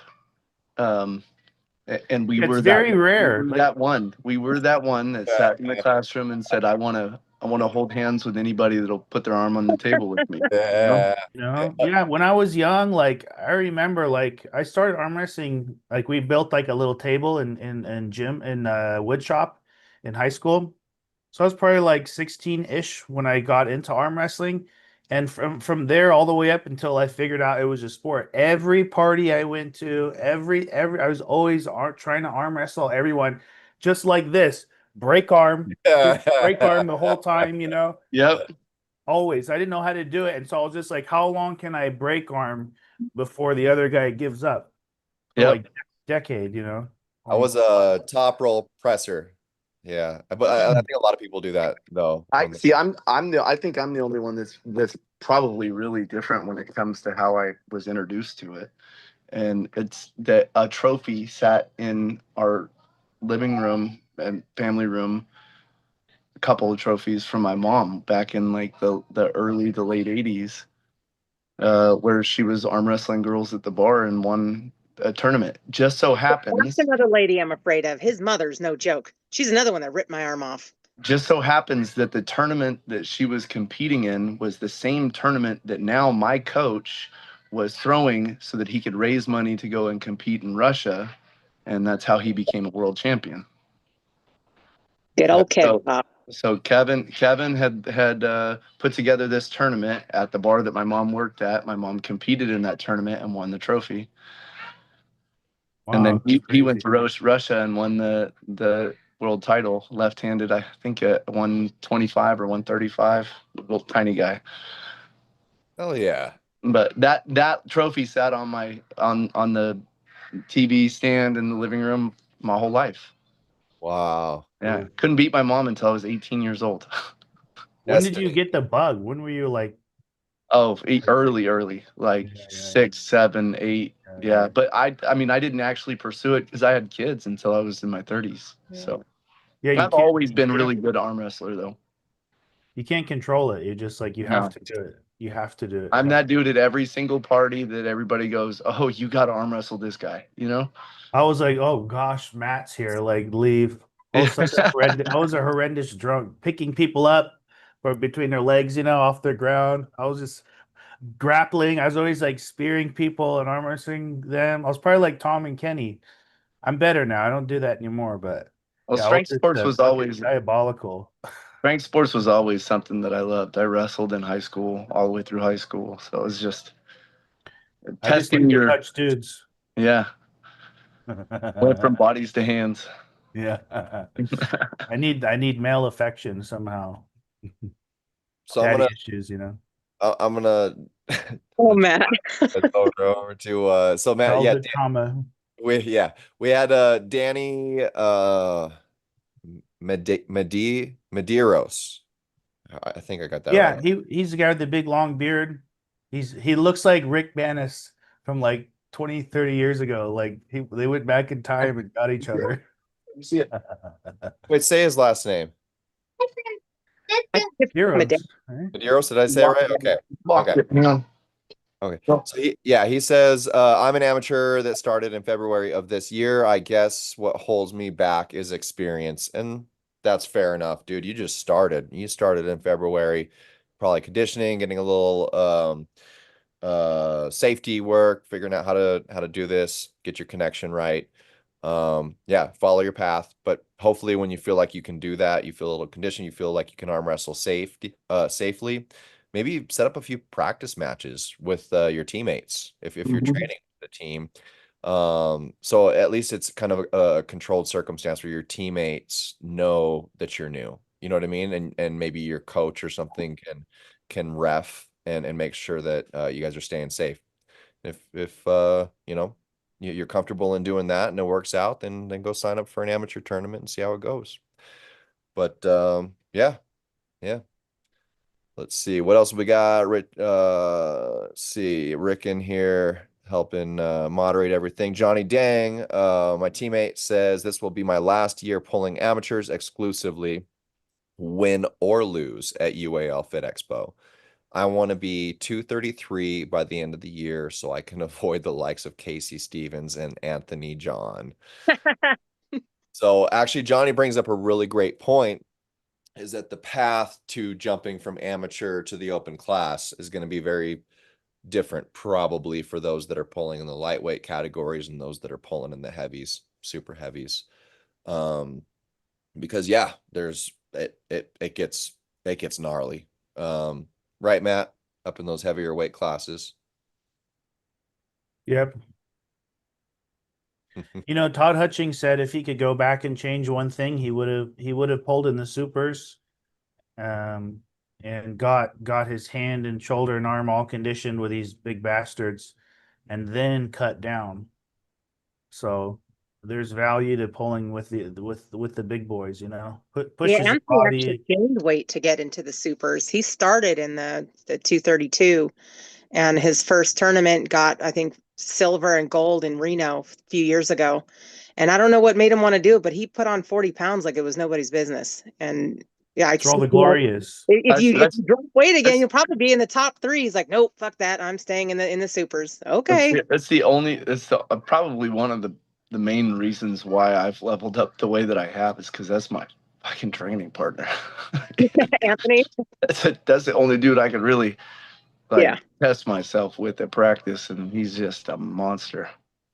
Yeah, he's tough Got a on strong. He's been working on his shoulder. I think that's what was his secret move was going to be this tournament was his inside kind of, it's like a dragging press almost. I don't know. It's unique. It was a new thing that he was trying on the right, Yeah. and It fucked his elbow up a little bit, but the injury, you know, we have a little sports massage guy that works all those nooks and crannies out. He'll be better again in no time. But I think he focuses too much in the gym with, you know, he's got a bodybuilding history in bodybuilding. He lifts massive amounts of weights. I mean, the weight he can lift is ridiculous. I would attest to that. He could definitely cut down on the weight and get a Why lot. he's got to go to the gym that you go to because they're the only ones that have the 150, 200-pound dumbbells, and he can pick those up like it's air. I mean, like it's nothing. Oh, Yeah, I'm But working with like 40-pound dumbbells. yeah, Yeah, I went with him, and I thought for sure, like, I'll be able to work with him, you know. He's no fucking way. I'll give one tip away since he's my competitor. For arm wrestling, you don't have to lift crazy heavy weight like that. In fact, I think it's better not to and focus more on being yeah, able to maintain your strength consistently every day. going more towards arm wrestling training now, heavy arm wrestling training versus just gym stuff, and Yeah. that's where he's going to take the No, focus. gym is good. He should do both. He should definitely do both. But for the arm wrestling, totally different intensity. I would drop that for that training. That's all I'm gonna say. Don't give him all your secrets, Matt. I did last what was it on Patterson because I like him, and I was like I told him how to go first, and he just fucking wasted me left. Like he went before I could even like hear it. I was like, man, why'd I tell him all that? I was like, don't go by your ear. You watch the mouth. When you see the mouth say go, their brain already sent the signal before the sound comes out. You can go early, and their brain won't realize it. The ref won't realize it because they already told their mouth to say it, and Yeah, that's what he did. I've been telling him that for years. He just Focus fucking on the wasted me. don't move, go. Focus on the words coming out of the mouth versus the Yeah. listening because the focus problem, there's so much going on. There's always so much noise. Well, light's faster than sound. I mean, even if it's a little bit, you'll perceive with your eyes faster than what you can hear. Hey, maybe I should take some of your classes, Matt. I'll teach you everything I know as long as you don't share it with Anthony. Okay. I promise. Start, man. He's Use- bloodlusted now. So J Squared says, I'm already used to losing as an amateur. I might as well pull open and lose there too. Exactly. Yeah, Ain't nothing wrong with losing, guys. Everyone has their place. You're never going to be the top all the time.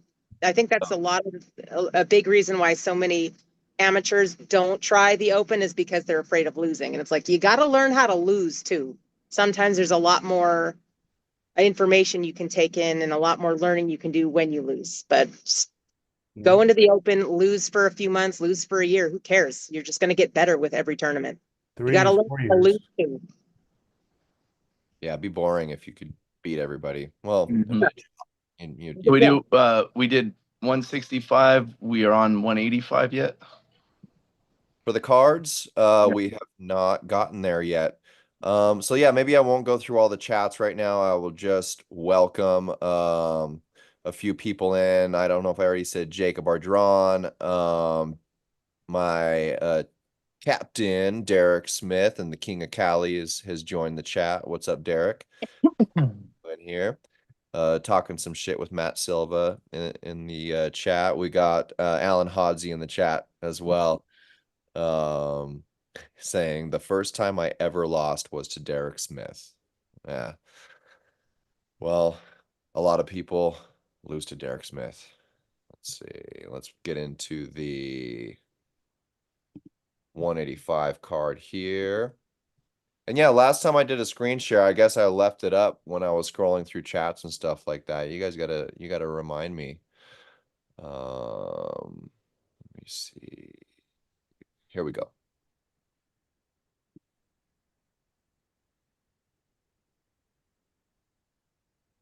Can anybody guess who the number 185 in California is on the right and the left? Some dude named Brej. Some Yeah, dude. who's ever heard of that guy? the real King of Cali. And I love the card you made, or the flyer you made for him. He's got like a different pose for both the right and the left. Yeah. Yeah. Yeah. He looks like the fucking Terminator. Yeah, he does. Okay, here we are. There is the Terminator. There is the serious Terminator on the left, and the fun, happy, like I just beat you and enjoyed it Terminator on the right. Mm-hmm. Did anybody see Austin beat Luke Kent at Patterson? Yes. Wait. Yeah. You pinned him Yes. Yep. in the tournament or the overalls? Tournament. Tournament. Really? Yeah, Oh, it's yeah. one of the sneaky ones. I didn't catch it either until I went through the brackets. I said, "No way, that's got to be a mistake." Was Uh, there footage on it? Yeah. Oh, Yeah. Go watch the 185 on Hustle's video. yeah, Austin's getting there, man. He's Yeah, getting there. he's incredible. that is so cool. What a damn. What a did he get him in the hook, or did he top roll him? What did he do? I don't even remember seeing it. I just read it in the brackets I afterwards. believe he stopped him. He stopped him up top, and I don't think he took his hand. Right. I think Right. it Was it was in the strap or out of the strap? out of the strap. Okay. Okay. All It was right. really impressive, man. I know I went crazy. And it was right or left? Right. All right. Okay. Oh yeah, and then that would be one of the circumstances too. Luke was protected on the Yep. right hand as one of the top three. Um, So he gets a priority call out. yeah, he does get a priority call out. And I would personally really like to see that match. Yeah. What's up, Ollie? So it looks like the whole neighborhood's passing through my house right now.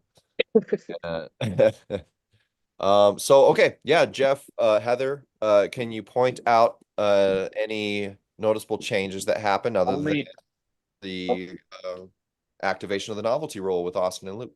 There was only one change because of the novelty rule. It was Dave Owens defeated yours truly and took my number 11 spot. Yeah, I had to break that news. Yeah. That Does he only pull right? Dave, yeah. Yeah. Now that was Dave Owens senior, correct? Senior, Yeah. yes, sir. Yeah. Okay. Dave has been in the sport for 1,000 years, and he is absolutely incredible arm wrestler. See, I know the name. I'm familiar with the name. Never pulled him. Had no idea who he was, and I did not know that. And so when I pulled him in the tournament, like I had no idea. No idea. Oh yeah. Honestly, I'll admit I thought he was somebody new. Like He's a pro's pro, I've- man. That dude's Yeah. a pro's pro. He is yeah, incredible. He's an old school arm bender, man. Been doing it for that guy is He pulls- strong. And he definitely is like old school strong. He's Yeah. like he pulls up top, but he goes right through. He's it's like, side pressure, like, and his hit is just lethal. yeah. Yeah, our first pull, we slipped or I slipped or like I think I was just surprised. Like I thought he was a new guy and because I just didn't know who he was. And So you grip up with that hand. he hit, yeah, his hand was good and then he hit. I was like, whoa, and then we ended up in the straps and then I was like, whoa. Yeah, that guy is very, very impressive. So cool. Was he not even on the ranking list before that? No. Dave pretty much pulls. I think he's done some international stuff. His son comes down and pulls in Patterson. They show up in Patterson for Kenny Hughes. And I'm not real familiar with any other tournaments that he goes to on a regular basis. Well, I think we need to see him compete more because now after polling with him and seeing some of the names that are above him, yeah, I'd like to see some more competition out of Dave Owens. Gosh dang, we need to get this state together more often. But Shall I move on to the next card? Yeah, that was the only change in that class was the right, the David Owens on the right. Okay. All right. Derek and Matt talking some more shit. Let's see. We actually just had a long talk about this like 3 days ago. Whatever you and Derek are talking about. Yeah. Was it about lifts? I saw something about 40 pounds or something. We're just talking about lifts, and if you can do a lift just slightly different and lift more weight. So if you're just chasing heavy weight and not progressive overload, like you're not getting stronger. You're just moving a different way to lift more. Because you see these guys on Facebook doing like 145 pounds on the Devon lift, and I'm like, who is this guy? You're like 10 pounds off of Devon's max, and you're like 190, 175, just some random guy on Facebook, you know what I mean? So it's like it's too much. Anyway, And I think the ideal approach, and Derek might agree, is that yeah, strict in how you lift is important, and the heavier you can do that, yes, Derek is very a uh, form you've got Nazi, yes, definitely. and I So agree. Yeah, make let's lightweight heavy. right. Okay, so moving on to the 205 card. I keep calling it a card flyer. Let's see. Okay. So yeah, we've got David Egan still holding down the number one spot, both on the right and the left. Okay. So I don't know what happened with Jeff if he had to bounce for a minute. Bye, Ollie. But yeah, what notable changes, Heather, do we have? Let me look here. There was something. Robbie was there. Zach was there, Zachary Atrops. Yeah, Anderson, that's it, I think, on the right. Robbie. Oh, okay. No, he fixed it.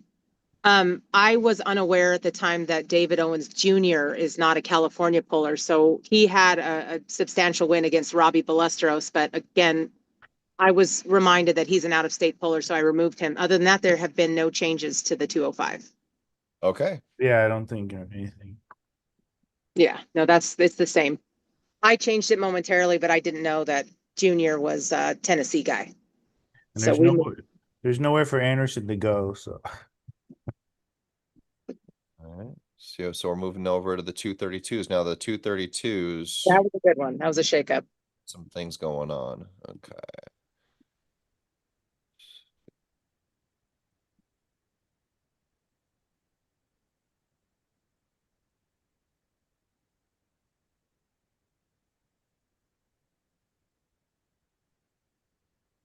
Sorry, I think I got it. Oh, we also have the women's super heavy weight. But there is no changes on that. I will just pull it up real briefly here though, so that everyone can see it. Share it. Okay, so yeah, this is the 155 plus category for women. Stephanie Spencer still holding down the number one spot. My teammate Devin Montagna is at the number two spot, both on the right and the left. On the right hand, we got Georgia Corrales is holding down number three. Autumn Cody holding down number four. And Erica injured on the right. Erica Stevens, Yeah. I'm not He sure. pulled, it was out of state. I want to say Nevada or Arizona with her husband a couple months back and had some pretty substantial wins against, and I'm not going to throw names out there because I can't remember. Um, I want to say it was Stephanie Spencer, but I might be wrong. Substantial wins against her, but again, I she should be added on to the right because she's back. But again, and she would be the number 5 spot. But she is, if she's back and she had surgery, I believe, and she's all healed up, she's moved to number 1 or 2 in no time. Because I remember watching that, and she took, I want to say Stephanie Spencer pretty handedly. But again, it's a novelty rule, and nothing could have been done about it. Right, because of the Yeah. top three. Yeah. Novelty and out of state. That's what makes it complicated, is that it did occur out of state as well. It doesn't mean that a super match shouldn't happen. We don't have enough women in the weight class to not want to set that up. So I thought we talked about that too. Like we would take into consideration matches between ranked pullers that pulled in. I've been doing that. I've been considering out of state only if it's between California pullers. Like consider, but Yeah, we never came to a decision on that. yeah. It's just for tracking purposes, Yep, we record it via the criteria, give it back to y'all. So I'm actually making notes here. Yeah, Devin Dodd reminded me that he also has an accepted super match with Eric Linville. He called out Eric Linville for a super match, and is looking to have a super match at UAL as well. So Devin's amateur, right? So no, well, technically his first pulling anybody that pulls open, I believe it was his super match with Kyle Souza in North versus South. But I believe he is no longer pulling How amateur. did that match go? It was a 3-0. Devin won. oh, He seems like he's pretty like a stronger guy, huh? He's very strong. he's another gym, like a real buff, like gym guy, like Anthony is. They have similar. Oh physiques, yeah. Yeah. similar The forms. way Yeah. he can move in the gym is insane for Yeah. sure. Yeah. But he's been very dedicated to arm wrestling for, I'd say, the last year, maybe a little more, maybe to 2 years. But he's definitely following a similar conservative path to Jeff, I would say. He did his due diligence and pulled amateur. And you look at him and you're like, dude, what are you doing in here? But he honestly, like, it was his first competition, I believe, maybe at Cal State. And he did well. So I remember seeing him there. Yeah. I think Did he you- made it to the overalls, or I don't know if there was an overalls, but I think there was, yeah, for amateurs. Have But you pulled him, Jeff, before? No, I haven't. He I saw almost him at North versus South and at Cal State, but we never had a chance to grip up. He's really strong though. Yeah, he is. He 'Cause almost took I know that at Kyle North Souza versus is very, very strong too. So He has a strong hand, or what is it, his arm? he's a real muscular, strong guy. Everything's strong. yeah, he's got a good hand and wrist. And the biggest thing that he's just been, fighting has been, conditioning and injury and stuff, because he came in so strong. So his conditioning process was difficult. Man, it's rough for really tough guys, man. It's really rough. Like It is. even guys come in like Anthony when he came in, we were like, you need to stay in the amateur for a little longer than normal, just because you're so strong, you can really hurt yourself. Yeah. Rip stuff off bones and stuff.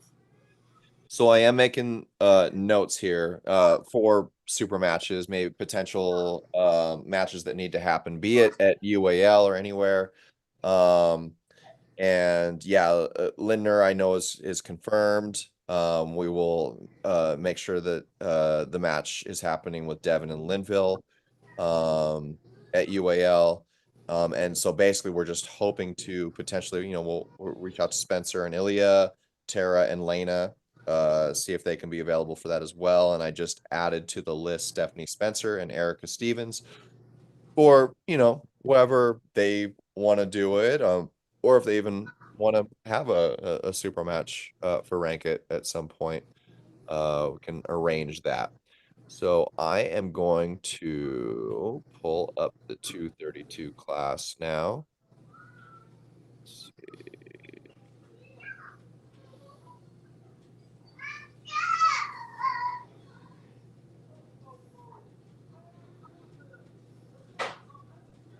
Find it. Let me see. I know I've got it here somewhere.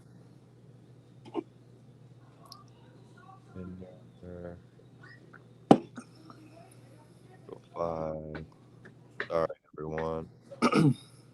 25. Ooh, is this it? Yeah, there we go. My last shake for the night. Depressing going to bed without dinner. Hey, are Okay. you trying Yeah, to we're cut down gonna. to 232? I'm cutting down to 260, and then I'm going to build on that. Okay. I'm trying to try and do it every year, like Hermes. I love it. Only quality. I think this Okay. did we had more movement in this one or in the heavyweight, Heather? This 232 right had the most movement. Yeah. Oh, that's right. Yep. Yeah, Nelson Primo came in and Jaden Smith, and then Alexander Barterov and Zach. Zach is a really strong puller. He didn't have as good of a day as his brother did. He lost, I think, 3 or 4 ranks on the right. And Kyle came in too. Oh yeah, Kyle. Yeah, Kyle came. They're teammates, so. Yep. Where did They- Eric Linville move? I believe he was higher up in the list. Yeah, he was 10. Okay. And so Nelson that, Primo, and Kyle Souza. Kyle Souza, I believe, was only ranked on the left previously, and he's another new ad on the right. He beat Zach. Then Jaden beat Zach, or I forget the order. I have to look it up on the brackets exactly who beat who and in what time. But I know I got that those 4 in their rightful places. It's tricky when you have a tournament like that and 3 or 4 people come in, especially new ones that haven't been ranked before, and you have to go in and pay attention to the order in which they pulled. It can be a little bit tricky, but the way that it landed was 9, 10, 11, and 12 all knocked Zach and Linville down, and I forget the 2 gentlemen that were below Brent Lagasse, but they were removed because of the movement on the upper part of that number 10, on the upper part of the 10 pullers. So, but yeah, those are all Nelson Primo, Jaden. Let me look. Can you scroll? Oh no, that is 15. Yeah, they all moved up. Nelson Primo moved up, Jaden Smith moved up, Alexander moved up, Kyle Souza moved up, and everybody else got a little bit of a bump down because of that. gotcha. So who was 15 that got bumped off? Do you remember? I would have to go into my phone and look. I It's can okay. I can go into my old. Yeah, if you have it. I can go in. It just take me a second, guys. Give me a second. Yeah, no problem.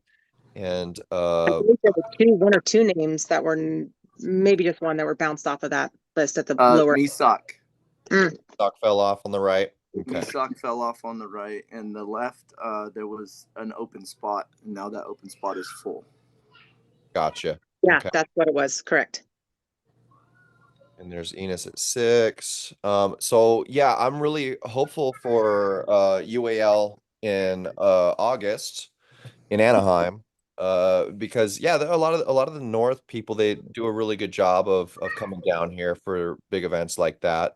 So hopefully some of these names, you know, that weren't there, like Carl, Scott, Arson, yeah, hopefully a lot of these people get to meet. Who's Rob? Um, Rob Matthias. Matthias? Yeah. He had a super match at the last UA, I think in LA at the beginning of the year with Carl. Carl Gerke. Yeah. Okay. Yeah, just Rob and Charlie. I'm kind of drawing a blank on. I'm not super good with names, but yeah. I'll tell you a super match that needs to happen, and if anybody knows or has connections with these 2 individuals, I mean, I have connections with one. Arson and Michael Vaz need to have a super match. Oh Lord. Oh, boy. No comment. Yeah. Oh boy. Oh, boy. Yeah, Michael's yeah. very strong. I mean, Michael, he got first place in the what was it, first? 232 and super heavyweight. Yeah, he got first place super heavyweight, and after getting first in 232. Yeah, he's no joke. I Well, thought he already called out Michael Vaz for that spot, but right. that happened when the area It's just first. trying to make it happen, and we need if anybody that's even in the chat that has a connection to Arson and can talk to him and help facilitate that match, it would be great. Yeah. Yeah. I think they're probably gonna end up seeing each other at the qualifier for WSA coming up next month. But that'll be a tournament. So yeah, I think a lot of people want to see that. A lot of assumptions get kind of thrown around and stuff like that, but it's Jody too. Jody's right there, man. Jody's yes. ridiculous. I'm sad he wasn't there at Patterson, but yeah, that guy's a freak That's another too. one that'll go down to WSA too, probably, most likely. Yeah, I think they're all going to see each other for sure. In that one, trying to go after those payouts. Yeah, I But feel like any one of those guys could be number one. Mm-hmm. yeah, Well, currently tournaments and Arson different is weight number one, classes. is the world champion right now, as far as as far as I know. Yeah. Well, I've got it written down.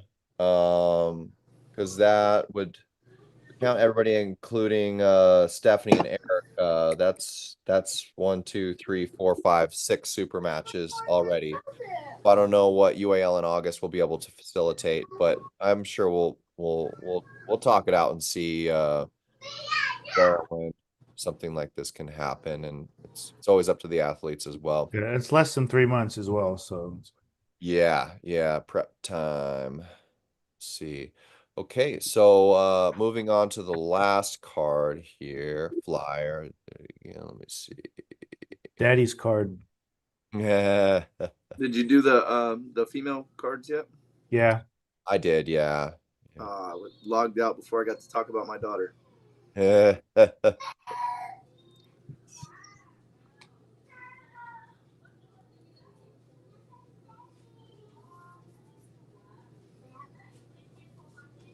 There she is, Mr. Ray. Proud daddy. Number one on the right. Yeah. Looking strong. She did a good job. She really had some great counters, made it a good match. You know what I mean? Yeah. Malia came out real dominating round one, and I was really impressed with the way Haley managed the rest of the match. So, congrats, brother. Hey, for a dad with a teenage daughter, if you have a teenage daughter, you'd be able to relate. There's not a whole lot of times where you tell them to do something and they actually listen. This is one of those times where she got to experience dad giving her some advice, and she listened to it, and it worked. It worked, yeah. And I think it really. I hope that she keeps going and she keeps doing good, because I'm incredibly proud of her, and I think that it was a good moment for us, for sure. Amazing. How old is she, Jeff? She's 15. Oh wow, my daughter's 16. She'll be 16 in August. Yeah. Yeah.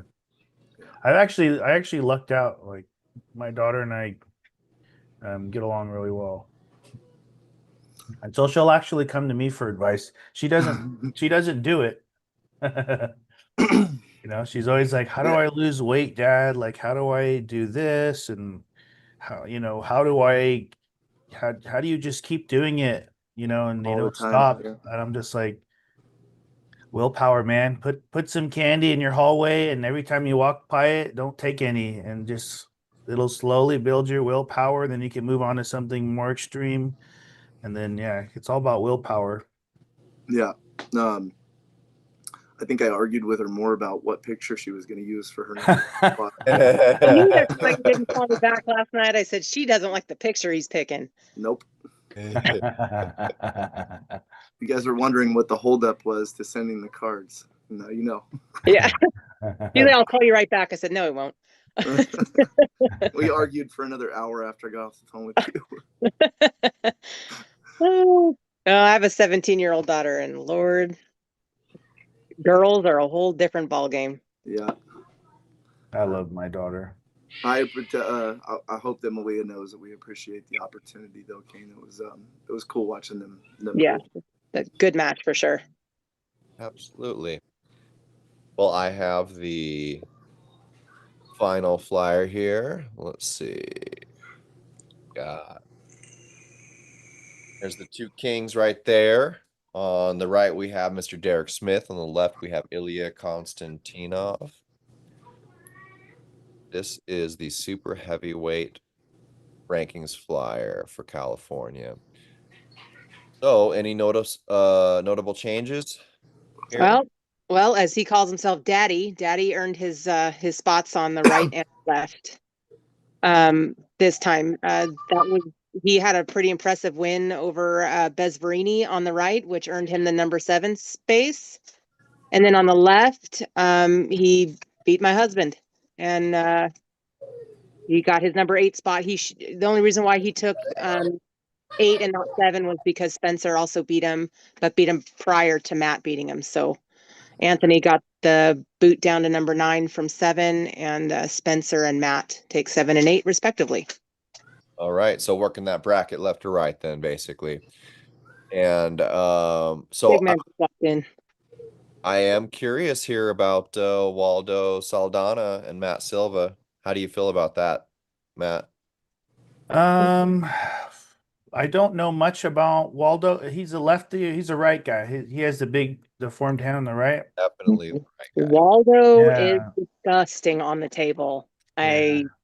Oh boy. He It would says just depend. I mean, I do have a very strong hand. I'm a real center table guy. Like I'll come here and then I'll come over on top. So if I can hold center table, if I can get him onto my side, I'll probably beat him. The I don't problem know. is maintaining a grip on his hand because it is so different. Yeah. It could be a style thing too. I mean, if he has Yeah. a style that's bad for me, what am I gonna do, right? I have to get so much stronger than him. But there could come out that I have a style that's bad for him. I mean, it's hard to say. It's hard to say, especially with a unique hand like that.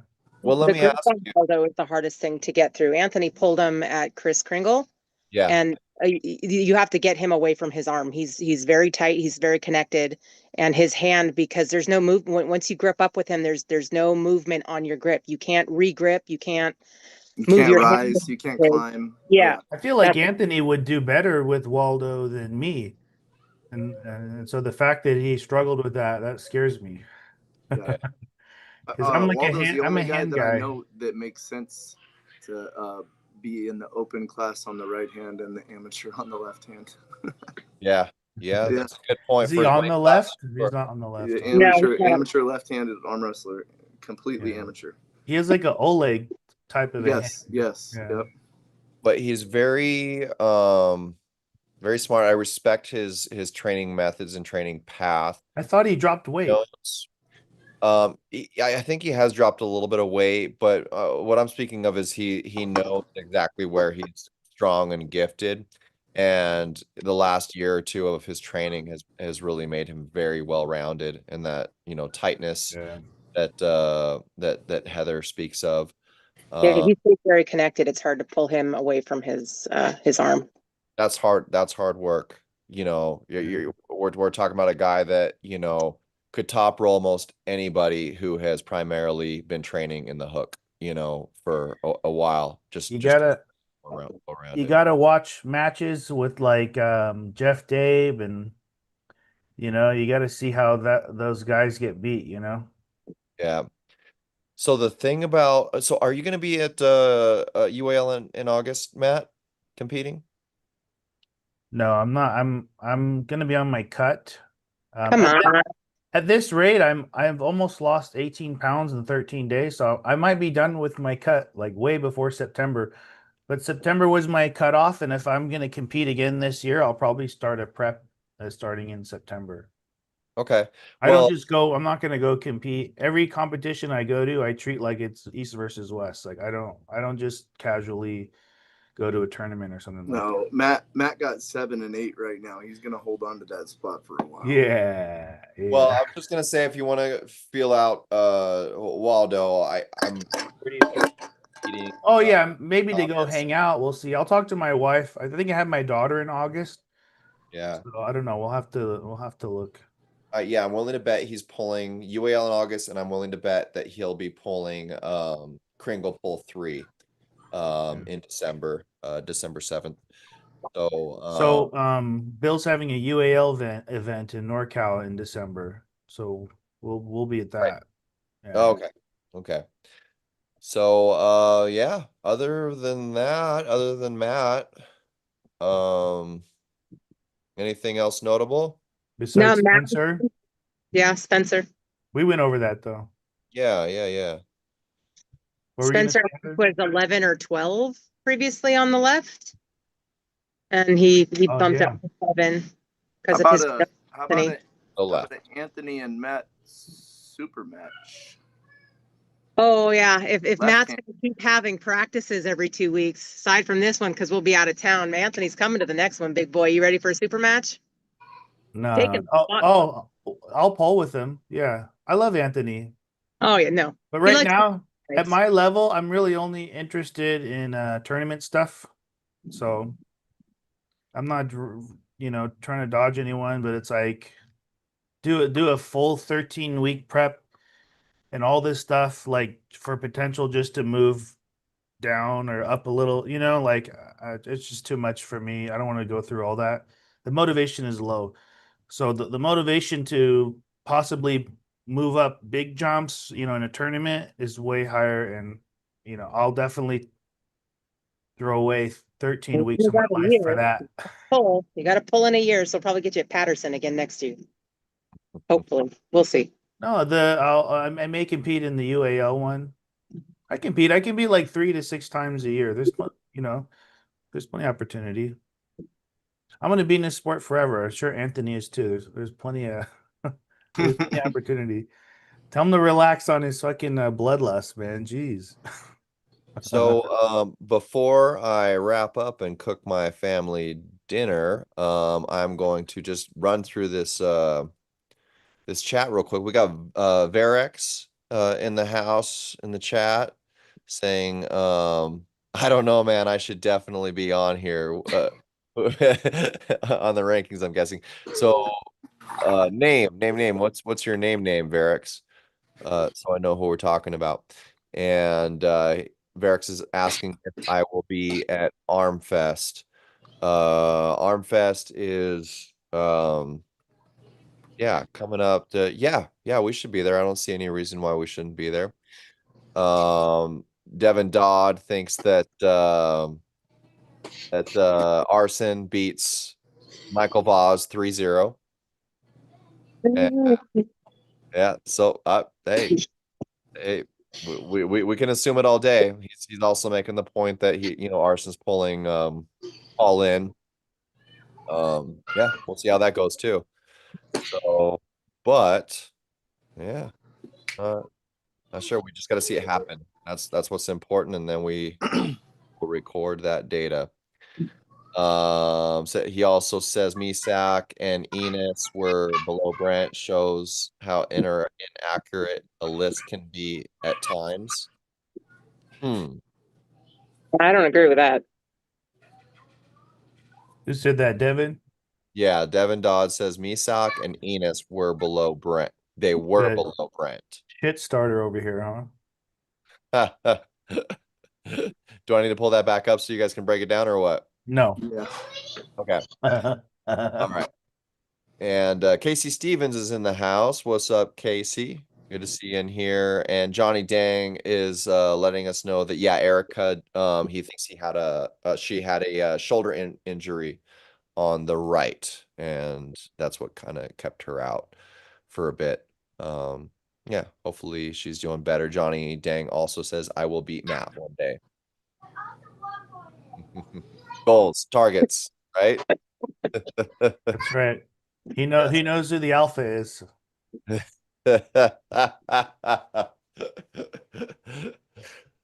Johnny Dang's feeling pretty strong right Everyone now. wants to beat the top Oh, dog. go get that top dog, Johnny. Go get him.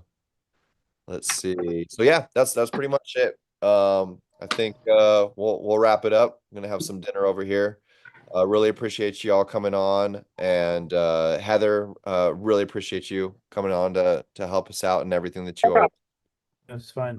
Same with you, Jeff. Amazing flyers as always. And yeah, thank you for everything you do, Matt, and congratulations on a great job as well. Appreciate you guys. So y'all have a wonderful evening. See you next time. Good one.